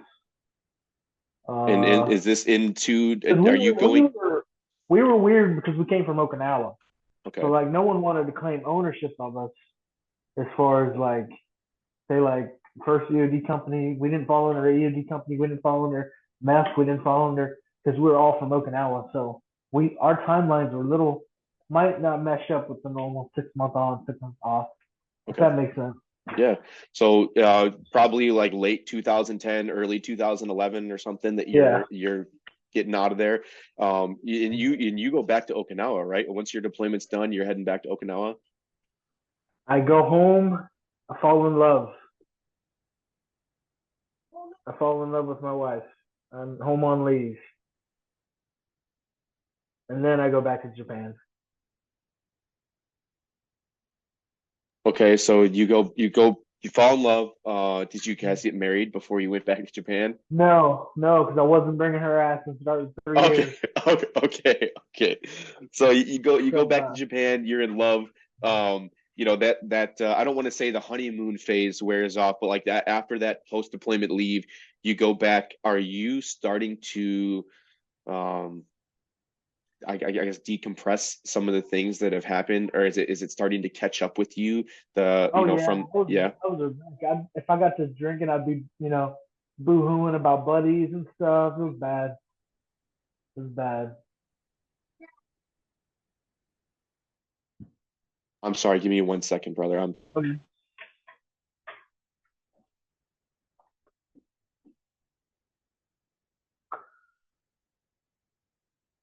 All right, I'm sorry about that. So you got the drinking. You're, obviously upset that you've lost some of your friends, your Yeah. brothers, in combat. What, other than drinking, like, are you finding any other outlets to be able to like deal with some of No, this stuff? No, you're just boozing. no. I boozed every day that I wasn't deployed. I would booze every single day from around 10 o'clock until I passed out. And that went until about a year ago or 6 months ago. Oh, I well, was on. I was are you on the sober train right now? No, I mean I'll have a beverage. I had a glass of Chardonnay the other night, but Oh, fancy. I just Pinky's high. Pinky's I just high. yeah I just don't drink. I quit. I just when I learned that I was just drowning shit, man, for years just drowning it, and it's you got to deal with it. sooner or later. Yeah, I wholeheartedly agree, and we'll jump into that. So when you deployed with on your first EOD deployment, that was your fourth combat deployment, right? That was your fourth Yeah. time on a deployment. Um, you get home from that, you experience some fucking heavy combat. You go back to the fleet or you go back to your unit, and you're dealing with this stuff with a heavy drinking. How does that affect your training life? How does that affect like your everyday? Are you just like a functioning alcoholic at this point, or what? Functioning alcoholic and just that's just the way it was. I thought everyone was doing it. You know what I mean? Like, hey, you drink to forget and to like get to where you can sleep again because like the noise is too loud without it. You know what I mean? Oh, dude, with I want to say like the noise is obviously loud and all the stuff going on around you. It's like very hyper arousing, but the quiet is like the loudest fucking thing. When it's silent, uh to me it's like my mind starts going fucking crazy because Yeah. there's got to be like for me to be able to sleep now, I have to have like two fans going on. There's got to be background noise. I cannot have like I cannot sleep. I cannot focus. I cannot sit and meditate. That shit is I haven't been able to get to that point yet because being in just having quiet in my surroundings like does not work for me at all. Yeah. Um, but you've done okay. So are you slated to go on another deployment? Do you know that you're Yeah. getting ready to spin up? I go to California to be a first COD, to be a team leader, and go back to Afghanistan. Um, 2000. is is reenlistment in the window right now, or are Yeah, you I okay? I think I did. I think I like reenlisted and I don't remember. I Okay. was yeah. So you get to Pendleton, you're with First DoD. Yeah. You're doing you guys do your workup, all the same training. Do you think that there's like things that were different from coming from third to go to first, and like the op No, it's tempo and completely training? different, man. Like first EOD is American EOD, man. It's like the EOD. So a lot of guys hate that we say that, but it's the truth. The pipe hitters are at company, you know, and during the 2010 year, it somehow worked back out in the rotation that the same group of guys were going back for 12. You know what I mean? Onesie twosies, not exactly the same, but pretty much the same company. You know what I mean? So whereas I was from Okinawa, but I was on that deployment in 2010, now I'm in a platoon and know all the companies for Okay, 2012. that's got to make the transition process much easier then. Yeah. Like you're not in that freshman stage. These guys know what you're capable of. You know how to handle yourself, and that like run us through um you know that bond, like how that makes that bond easier, and Yeah. what you guys are doing to prepare yourself for another deployment. Yeah. I got that. I got because I was in margin and singing is why I got a team leader position.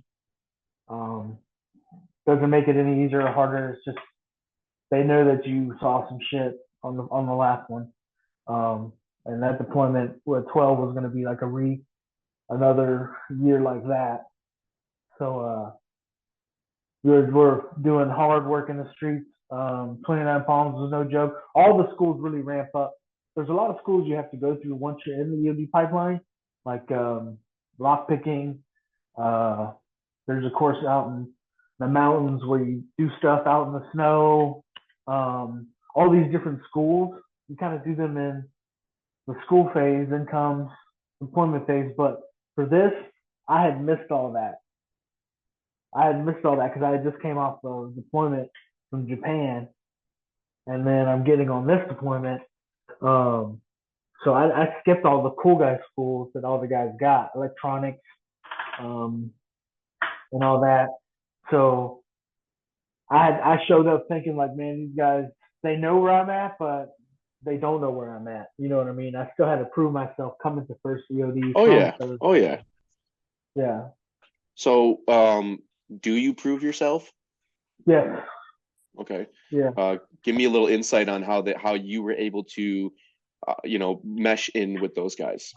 Man, one, it was a drinking club.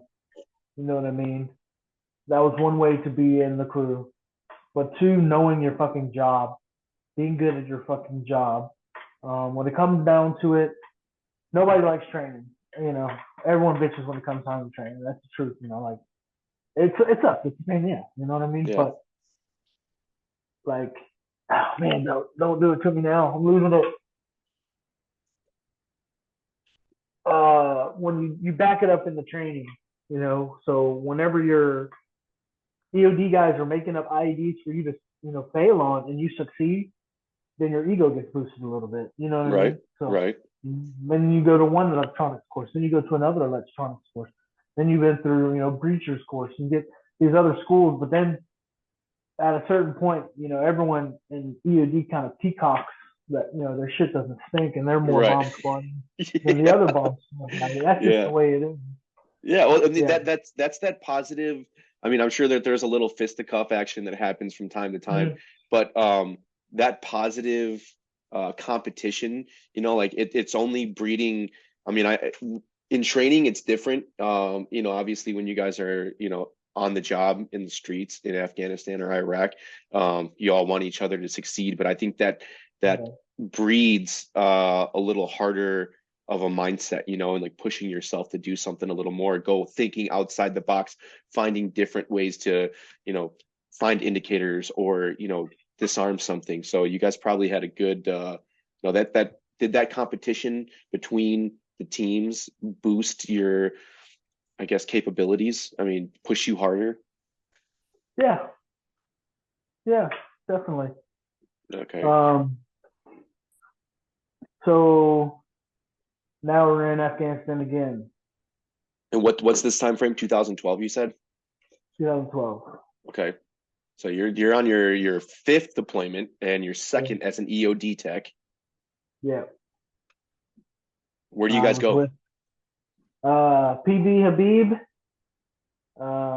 near Musa Kala, Afghanistan, with Golf 25.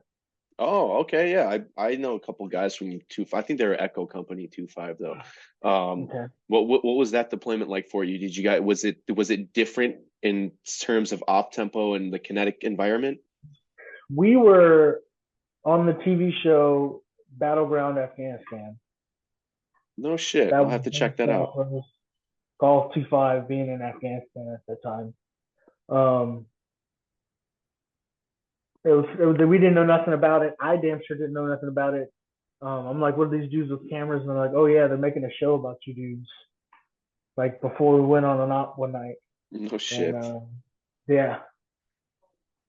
But those guys, I would go through hell and back with C5 Golf. Captain Middendorf, to be specific. Uh, we saw real war, and those dudes, you know, they didn't bat an eye. It's it's fucking nasty, you know how how you can fight, like feel the fight in the air type shit. Um, it was a good time.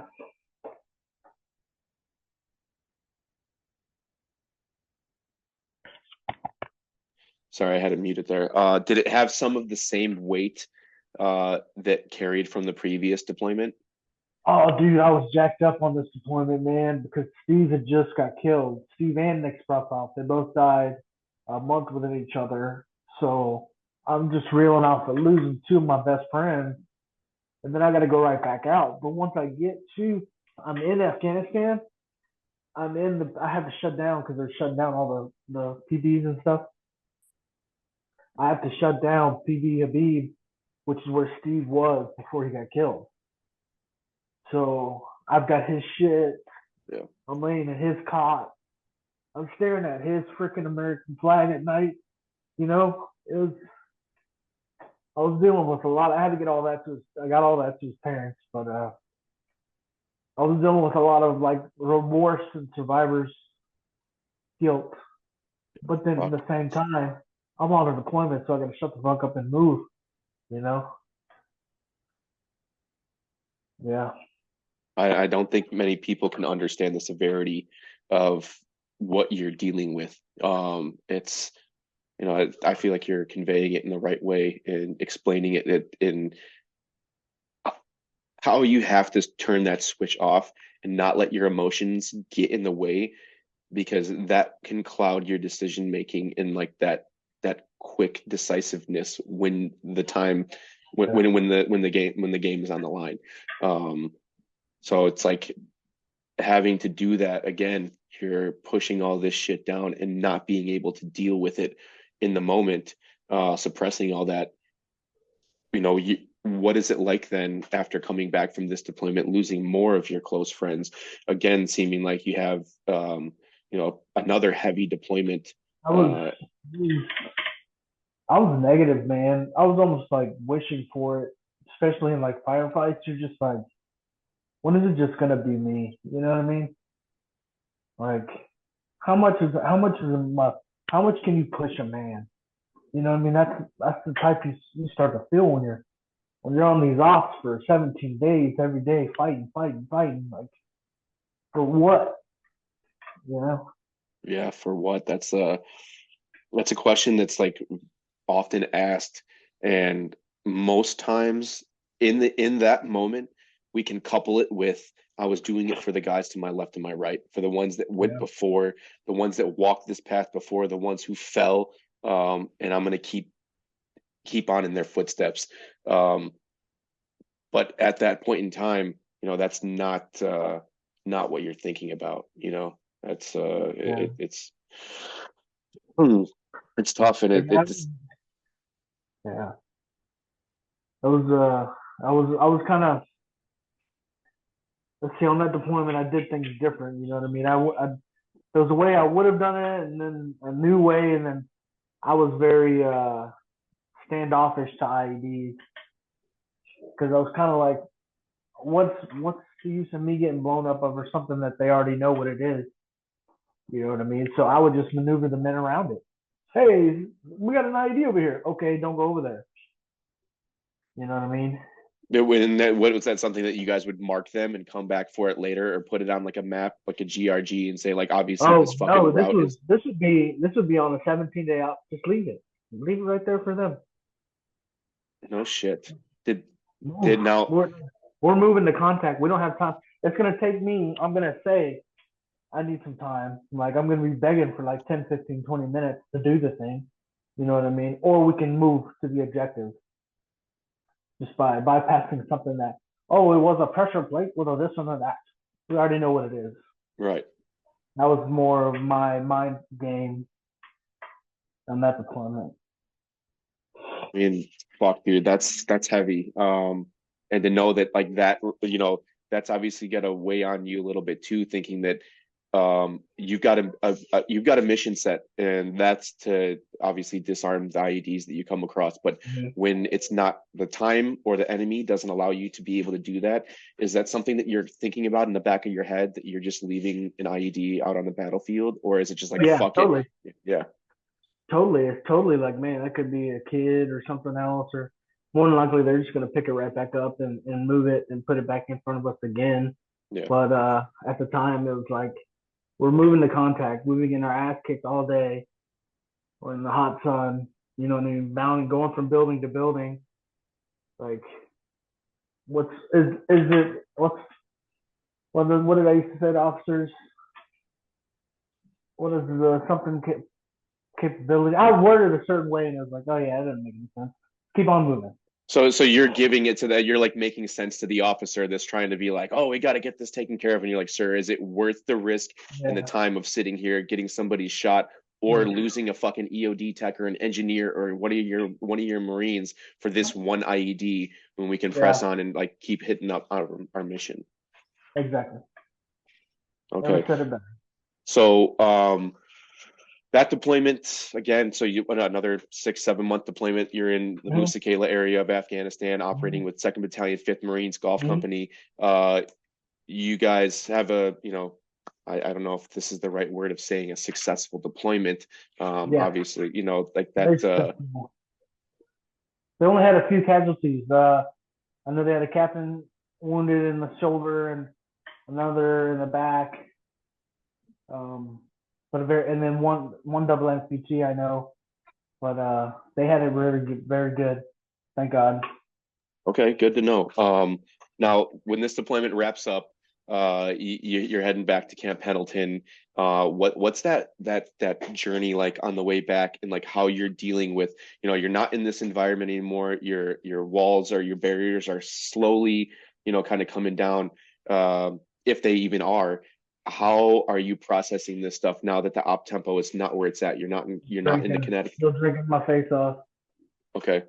My Um, face to drinking to make it make sense. Drinking to for the hell of it, just drinking, man. That's what I did.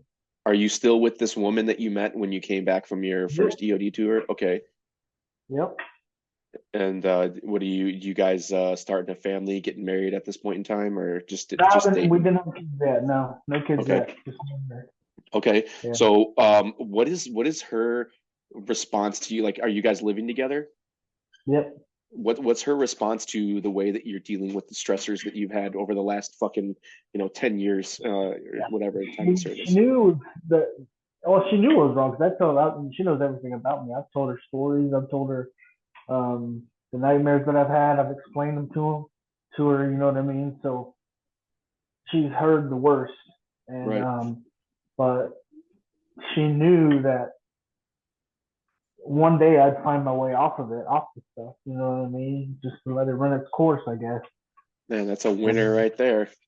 yeah, Most most guys aren't fortunate to have somebody who's willing to go through the fucking yeah, trenches with you, so yeah. She that's that. watched me destroy myself until I could kind of like, in a way, while it was being rebuilt. Well, that's good. Somebody that has your back, because a lot of guys don't have that, when they go home or go back to the, civilian life afterwards. Excuse me, I'm sorry, I got freaking a frog in my throat. What what are you guys doing when you get back from this deployment? Are you go back to first EOD? Are you guys getting ready to spin up for another fucking pump at this point? I go on the mute to get the first float out of the door. Okay, so this is you go on a MEU now, so you've got a little break from a combat deployment. No, I went with the MRS, so I had to do the recon workup and do the MRF thing with them. Be an EOD to the Murph. Okay. Well, we'll get into that real quick. Let's take a quick break right here. Take a tactical pause, and we'll be back with Anthony Calloway shortly. Thank you, guys. All right, and we're back to pressing forward with Anthony Calloway, United States Marine, EOD Tech. Covered some heavy shit from previous deployments. We're back now. You're doing a workup for an MRF, so give us a little insight on what that entails. First I had to go to jump at Fort Benning, Georgia, jump school. All Which right, was yeah, yeah, give me a little first, how. first Army school. It was weird being there as a Marine, but it's not that big of a deal. It's just a lot of yes sir, no sir. So it's a school ran for like junior enlisted, so everyone gets treated like garbage. Right. But if you just keep your nose clean and shut up, you make it through the school. I mean, it's a mass production school. You know what I And mean? is this something that you had in your sights as what you wanted to do, or when they're like, "Hey, you got to go to jump school," are you like, "What the I fuck, mean, jump school?" I always thought it would have been cool. Yeah, you know what I mean? To jump. My grandfather jumped during World War II.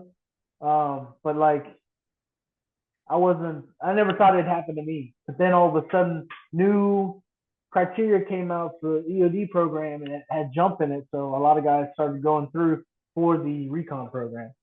Okay, and that like gave you the seg, or so now are you being attached to like what, First Recon Battalion out of Camp Pendleton, or what?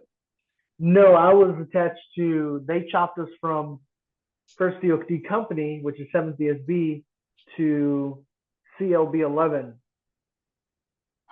which is the MEU. Okay, so Uh, like some that, combat yeah, logistics I'm a logistics battalion. battalion. Yeah. And then from there, I was attached to the recon guys. So like, I say I got it the worst because I still had to do like duty and crap, and then go on all the raids and missions and all the packages with the recon guys.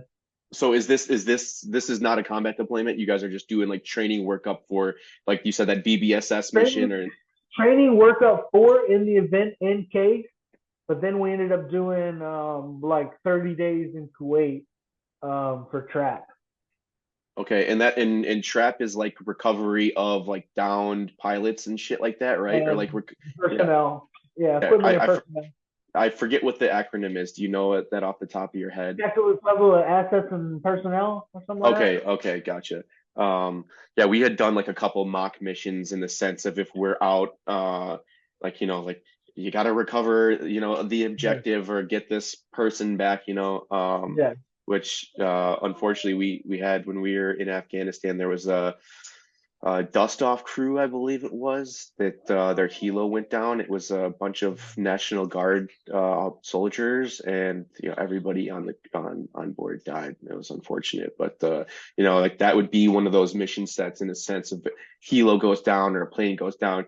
That would entail you guys to go out in recovery Yep. of serialized gear or sensitive information and personnel, right? Mhm.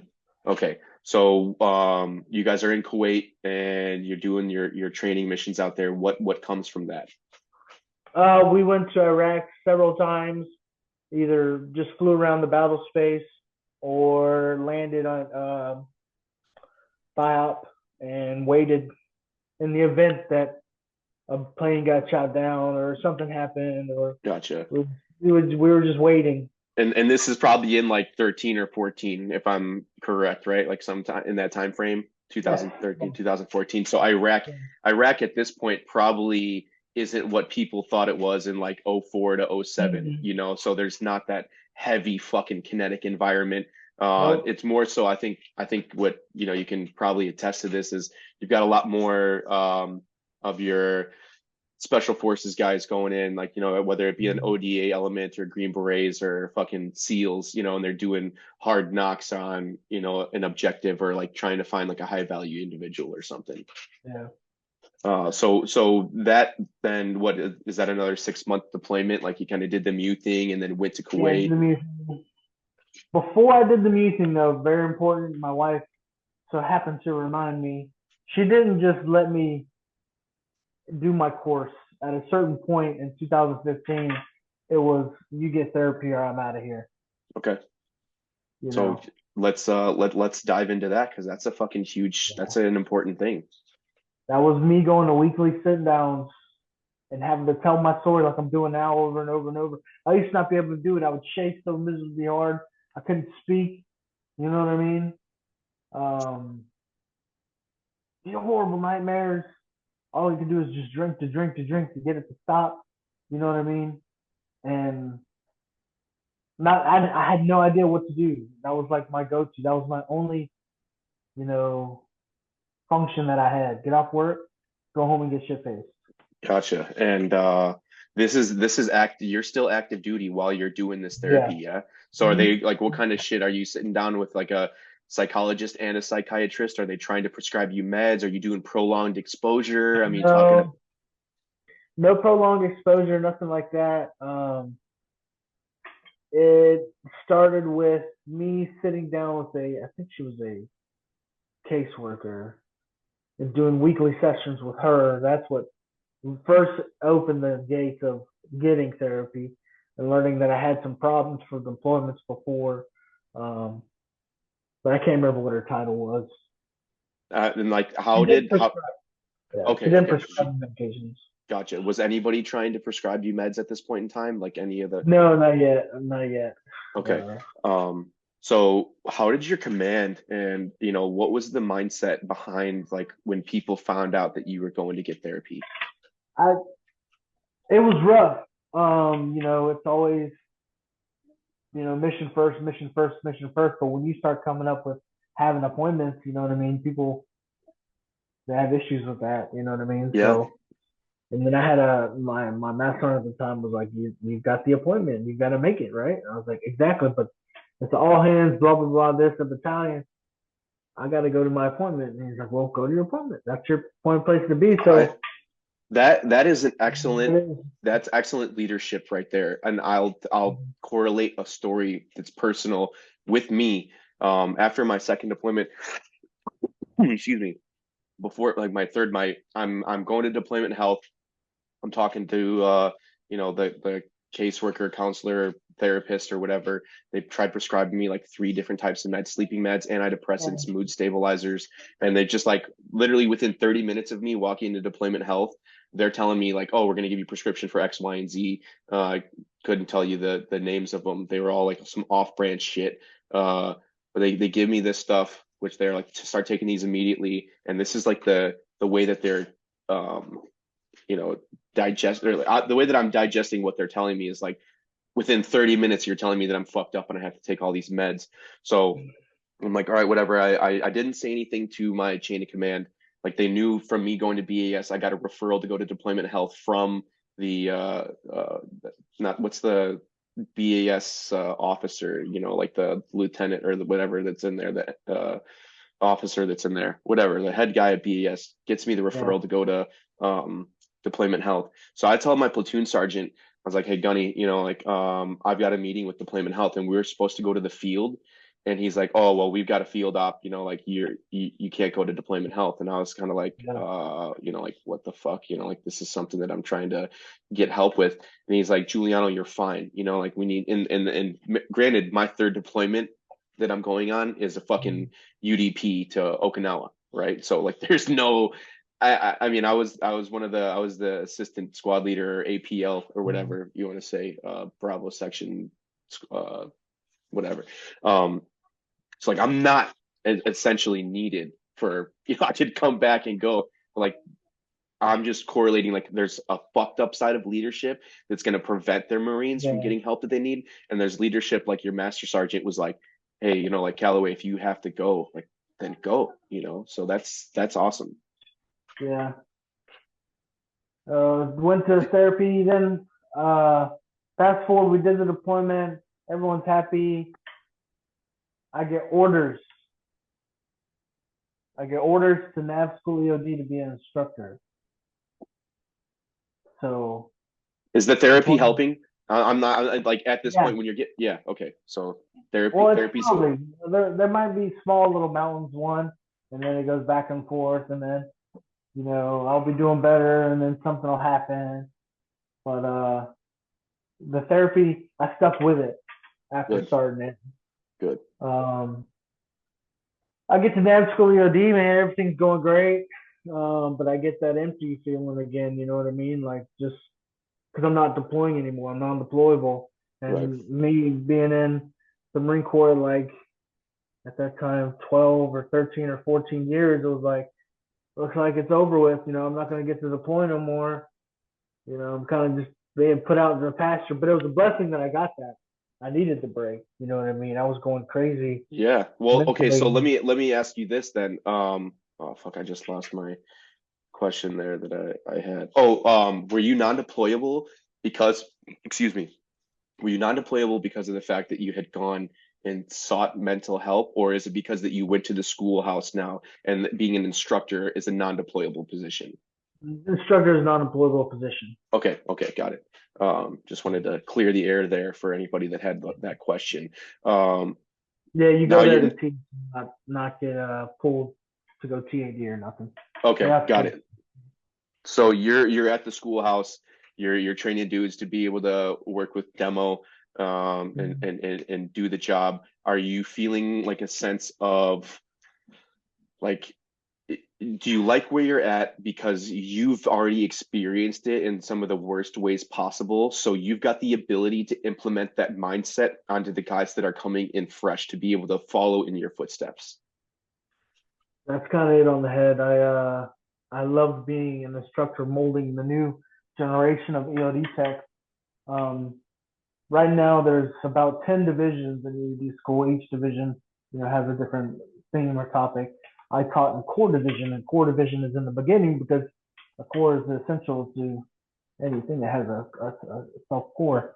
Um, but I taught ordnance and ordnance identification, and I loved it going as an EOD tech because it was like getting to go through EOD school all over again.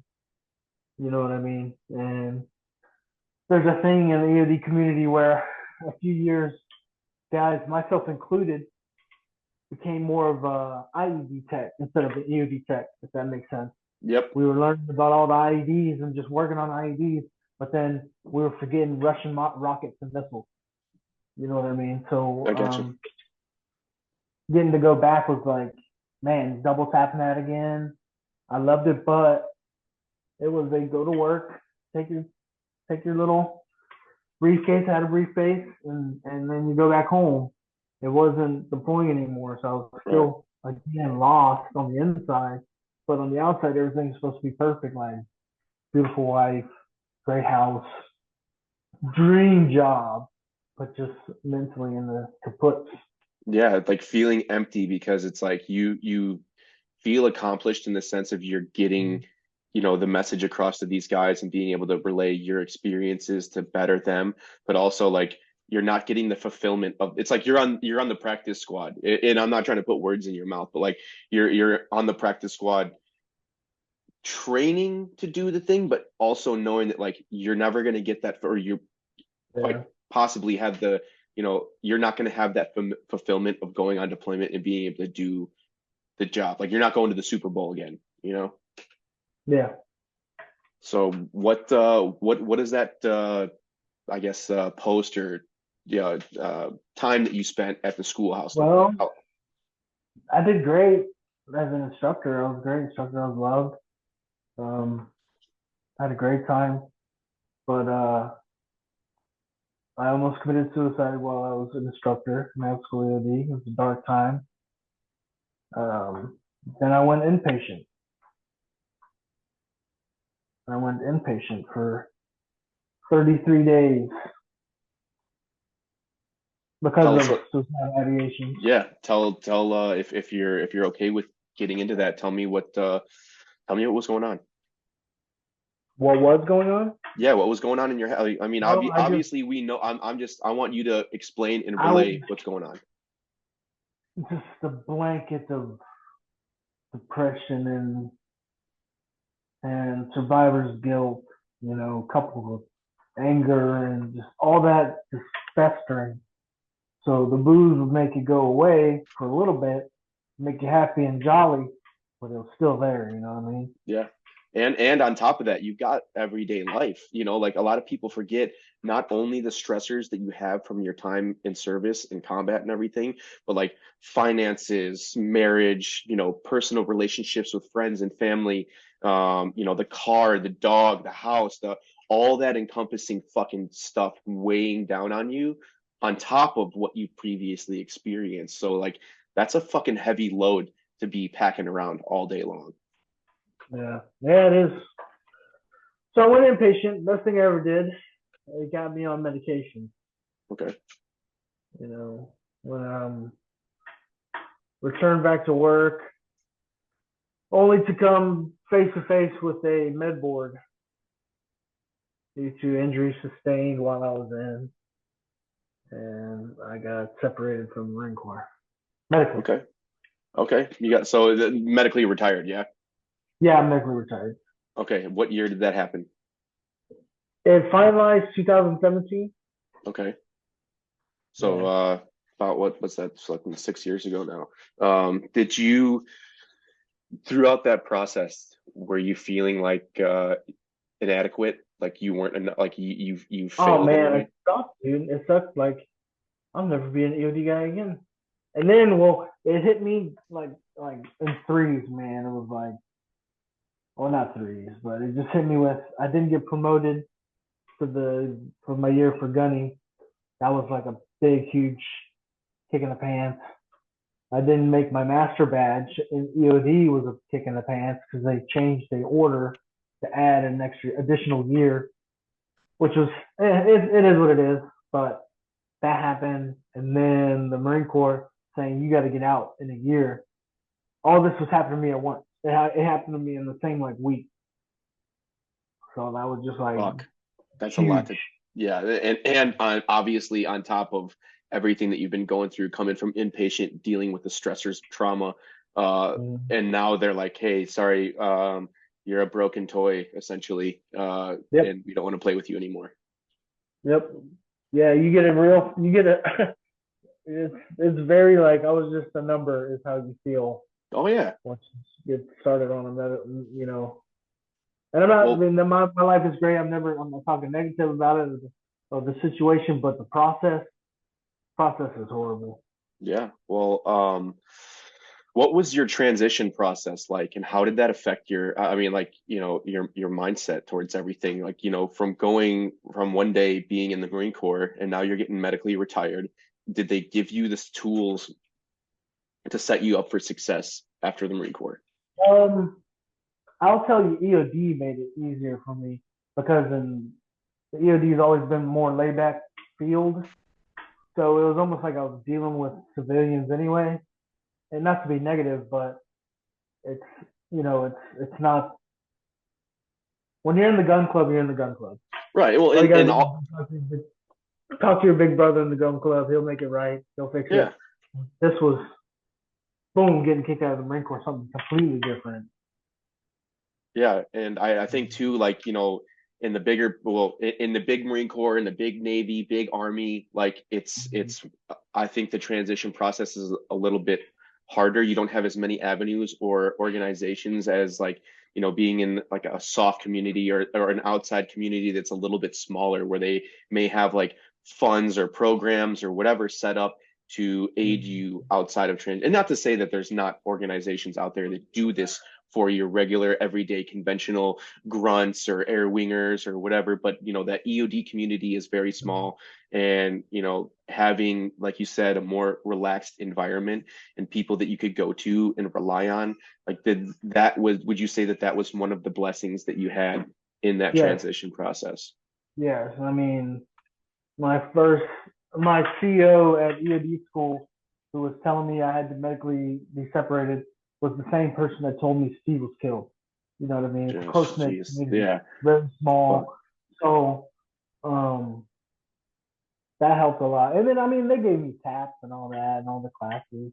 Yeah. Uh, Well, I think taps, I mean, I think about it. I mean, for us, it was like, I think 7 days or some shit, steps and taps. You go in and you're like in your cami still. There's no like chill civilian environment. You can't like go and, then you're sitting there and somebody's showing you a fucking yeah, PowerPoint of like, oh, make sure you make a LinkedIn profile, send a resume to a college, apply to these yeah, jobs. And it's very boom, boom, boom, boom, boom. And then poof, you're out the fucking door.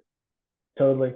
But remember, I had already gone out a couple times, so I kind of knew Oh, what this is true. This is true. So you're not a boot in this situation. You've already yeah, I'm a fucking little gone through older. this before. Yeah, Yeah. yeah. Yeah, So I've gotten the whole like you're somebody 1 minute and you're nobody the next a yeah, couple times. so now you've got a good backing, it sounds like, from your leadership and guys Mhm. that you served with. You've got a wife that is by your side and Mhm. helping take care of whatever at the house and doing things with you. What's that next step for you then? Like once you fully make that transition, what's life like? Oh man, I could still work on some stuff. You know what I mean? Stuff never goes away, like the stress or like the memories or like you can only work on things that like help you with it, that help you go through it. Like Right. it does get easier, but like you have to work at it. Fuck yeah, you do. Fuck yeah, you do. I mean, it's like each time you're able to open yourself up and talk about these things, and this is the way that I feel about it, and I've had other veterans say that they feel the same way, is when we talk about these things and these experiences that we've gone through, and we're able to put this message out there on whatever it may be, and some of your stories could correlate to pieces of advice or motivation for somebody else to hear. um, it kind of um, gives you a little bit of a purpose, and it makes you feel like it's doing something good, as well as each time it's like a little less baggage that you're holding on to, that you're Mm-hmm. carrying in your pack. That load is a little bit lighter. Do you feel that is true? Yeah, I mean, I learned in therapy. I mean, I wrote my story, just like kind of explained mine to briefly today. I wrote it and then read it over and over again, and then had to physically and mentally kind of go through the emotions like they actually did happen, to be okay with them, if that makes sense. Yeah, no, that sound to me that's like a different form because like when I did some therapy, I did prolonged exposure, and it was like I had Yeah, they probably. focus they focus on one traumatic event, and then you like essentially record yourself talking about it. I didn't write it down; they made me like record it, and then I would listen to it, and then correlate my stressors, through that environment and where they peak and what are the things that pick up on that. And like, that was tough to do to relive that. The one thing that I thought that kind of fucked me up the most, was working on, I mean, not that, whatever, it's not my story. So, but I had a similar experience with something along those lines. And I definitely feel that it was difficult to go through, but that Mhm. process in doing so made it a little bit easier to unpack and deal with that situation that I thought was so traumatic to me. Right on. So, so now, what can you give me like if you had a word of advice to somebody that's struggling, or a message to be able to put out there, and if somebody's in a dark Tomorrow's fucking another spot. day. Tomorrow's a completely different day. You never know what's gonna happen, what blessing is gonna come, change your life, what thoughts you might have, what word of advice you hear, something you hear on TV, something like it gets better. Miracles. I'm not gonna say miracles are happening. That's just cheesy, but it. No, it's true, dude. Mhm. It is true. Things turn around. Miracles do fucking happen. Mhm. Yeah. Um, so what kind of stuff, I want to jump into you. Like I said, I first came on to you with some of the comedy stuff that you were posting, some of your little Yeah. shorts that you had up there. I Yeah. I feel like can that in a way is an artistic, source to like, open up and do some things. And again, in the artistic sense that you're doing the art stuff as well. I like a lot of your stuff. So run me through what you're kind of doing now and how you utilize those as mechanisms to cope with stress. Let's see. Drawing. I draw like every day. It's kind of like my hobby. You know what I mean? Um, I currently do like stickers and logos and things for companies. I do like hand drawn illustrations. Um, but that's kind of just like a side hustle, just a little thing I do on the side, hobbies, Yeah. um, word of mouth type of thing. But that keeps me my mind busy. Drawing it clears, lets me kind of breathe a little bit. Um, what was the second part to that? Just like what ways you're like contributing back and the things that you're doing to cope with the stressors, like what outside things are you doing to do You that? gotta do stuff, man. You gotta do your daily breathing. If you're a meditator, I mean, meditation is key. I can't say that I'm the best Yeah, no, I, meditator, I struggled with that. but get a couple seconds in where you can. But whatever works right for you, because some people's wrong isn't might be your right. You know what I mean? Like, I don't know. I hate that I wake up early, but I'm an early morning person. So I get up and I start drawing. It calms my mind down, makes me feel relaxed. Kind of turns the volume down a little bit. Good. Um, and that's how I start my day. But Okay. getting used to your daily routine, you just find out how you can fine tune yourself.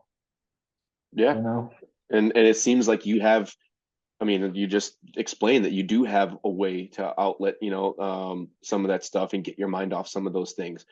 Are you currently doing are you involved in any organizations within the veteran community? I mean, I donate to EOD Warrior Foundation um, each year. Uh, but as far as like being, I don't. I usually keep to myself. Well, I mean, I hope I want to we'll talk offline. I want to get you connected with an organization that I've been a part of, and they work in a couple different outlets. They do some really cool stuff. It's called the White Heart Foundation. You should check it out. They Mm, do a lot of outdoor therapy retreats with veterans. They do some cool stuff. They get involved in a lot of good donating track chairs to guys that are, double amps or paralyzed. They raise a lot of money, and they raise a lot of awareness, on combat veterans, disabled combat veterans, sexual assault victims, veteran suicide. So they do a lot of good stuff out there, and I think it's like being connected to another community.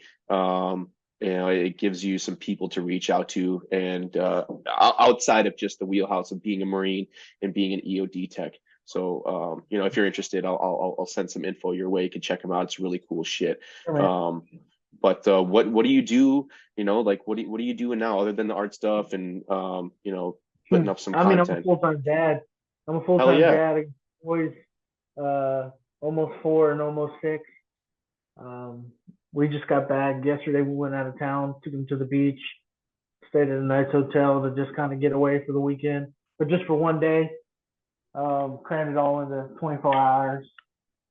Um, my youngest has autism, so Okay. that's a new learning experience. Each day is a learning tool. Yeah. Dealing with different situations with that. That's got to be I don't want to put it like this, but an added stressor to things when Mm-hmm. it's like the path of the unknown and how you're going to handle dealing with this stuff. And like you said, Yeah. evolving and adapting every single day to a situation like that. I can't personally relate to that, but it seems like you're a solid dude, and you've gone through plenty of fucking trials and tribulations, overcome multiple Mm-hmm. obstacles. So I think that you've definitely got the capability to do that. You seem like a loving dad too, so more power to you, brother. That's Thanks, good. man. I appreciate Um, it. oh, of course. So wrapping this up here, Okay. I always ask this question to the guys, and it's a difficult one, and you may have to ponder it for a second. But if you could compile your experiences in the global war on terror into one word, what would that be?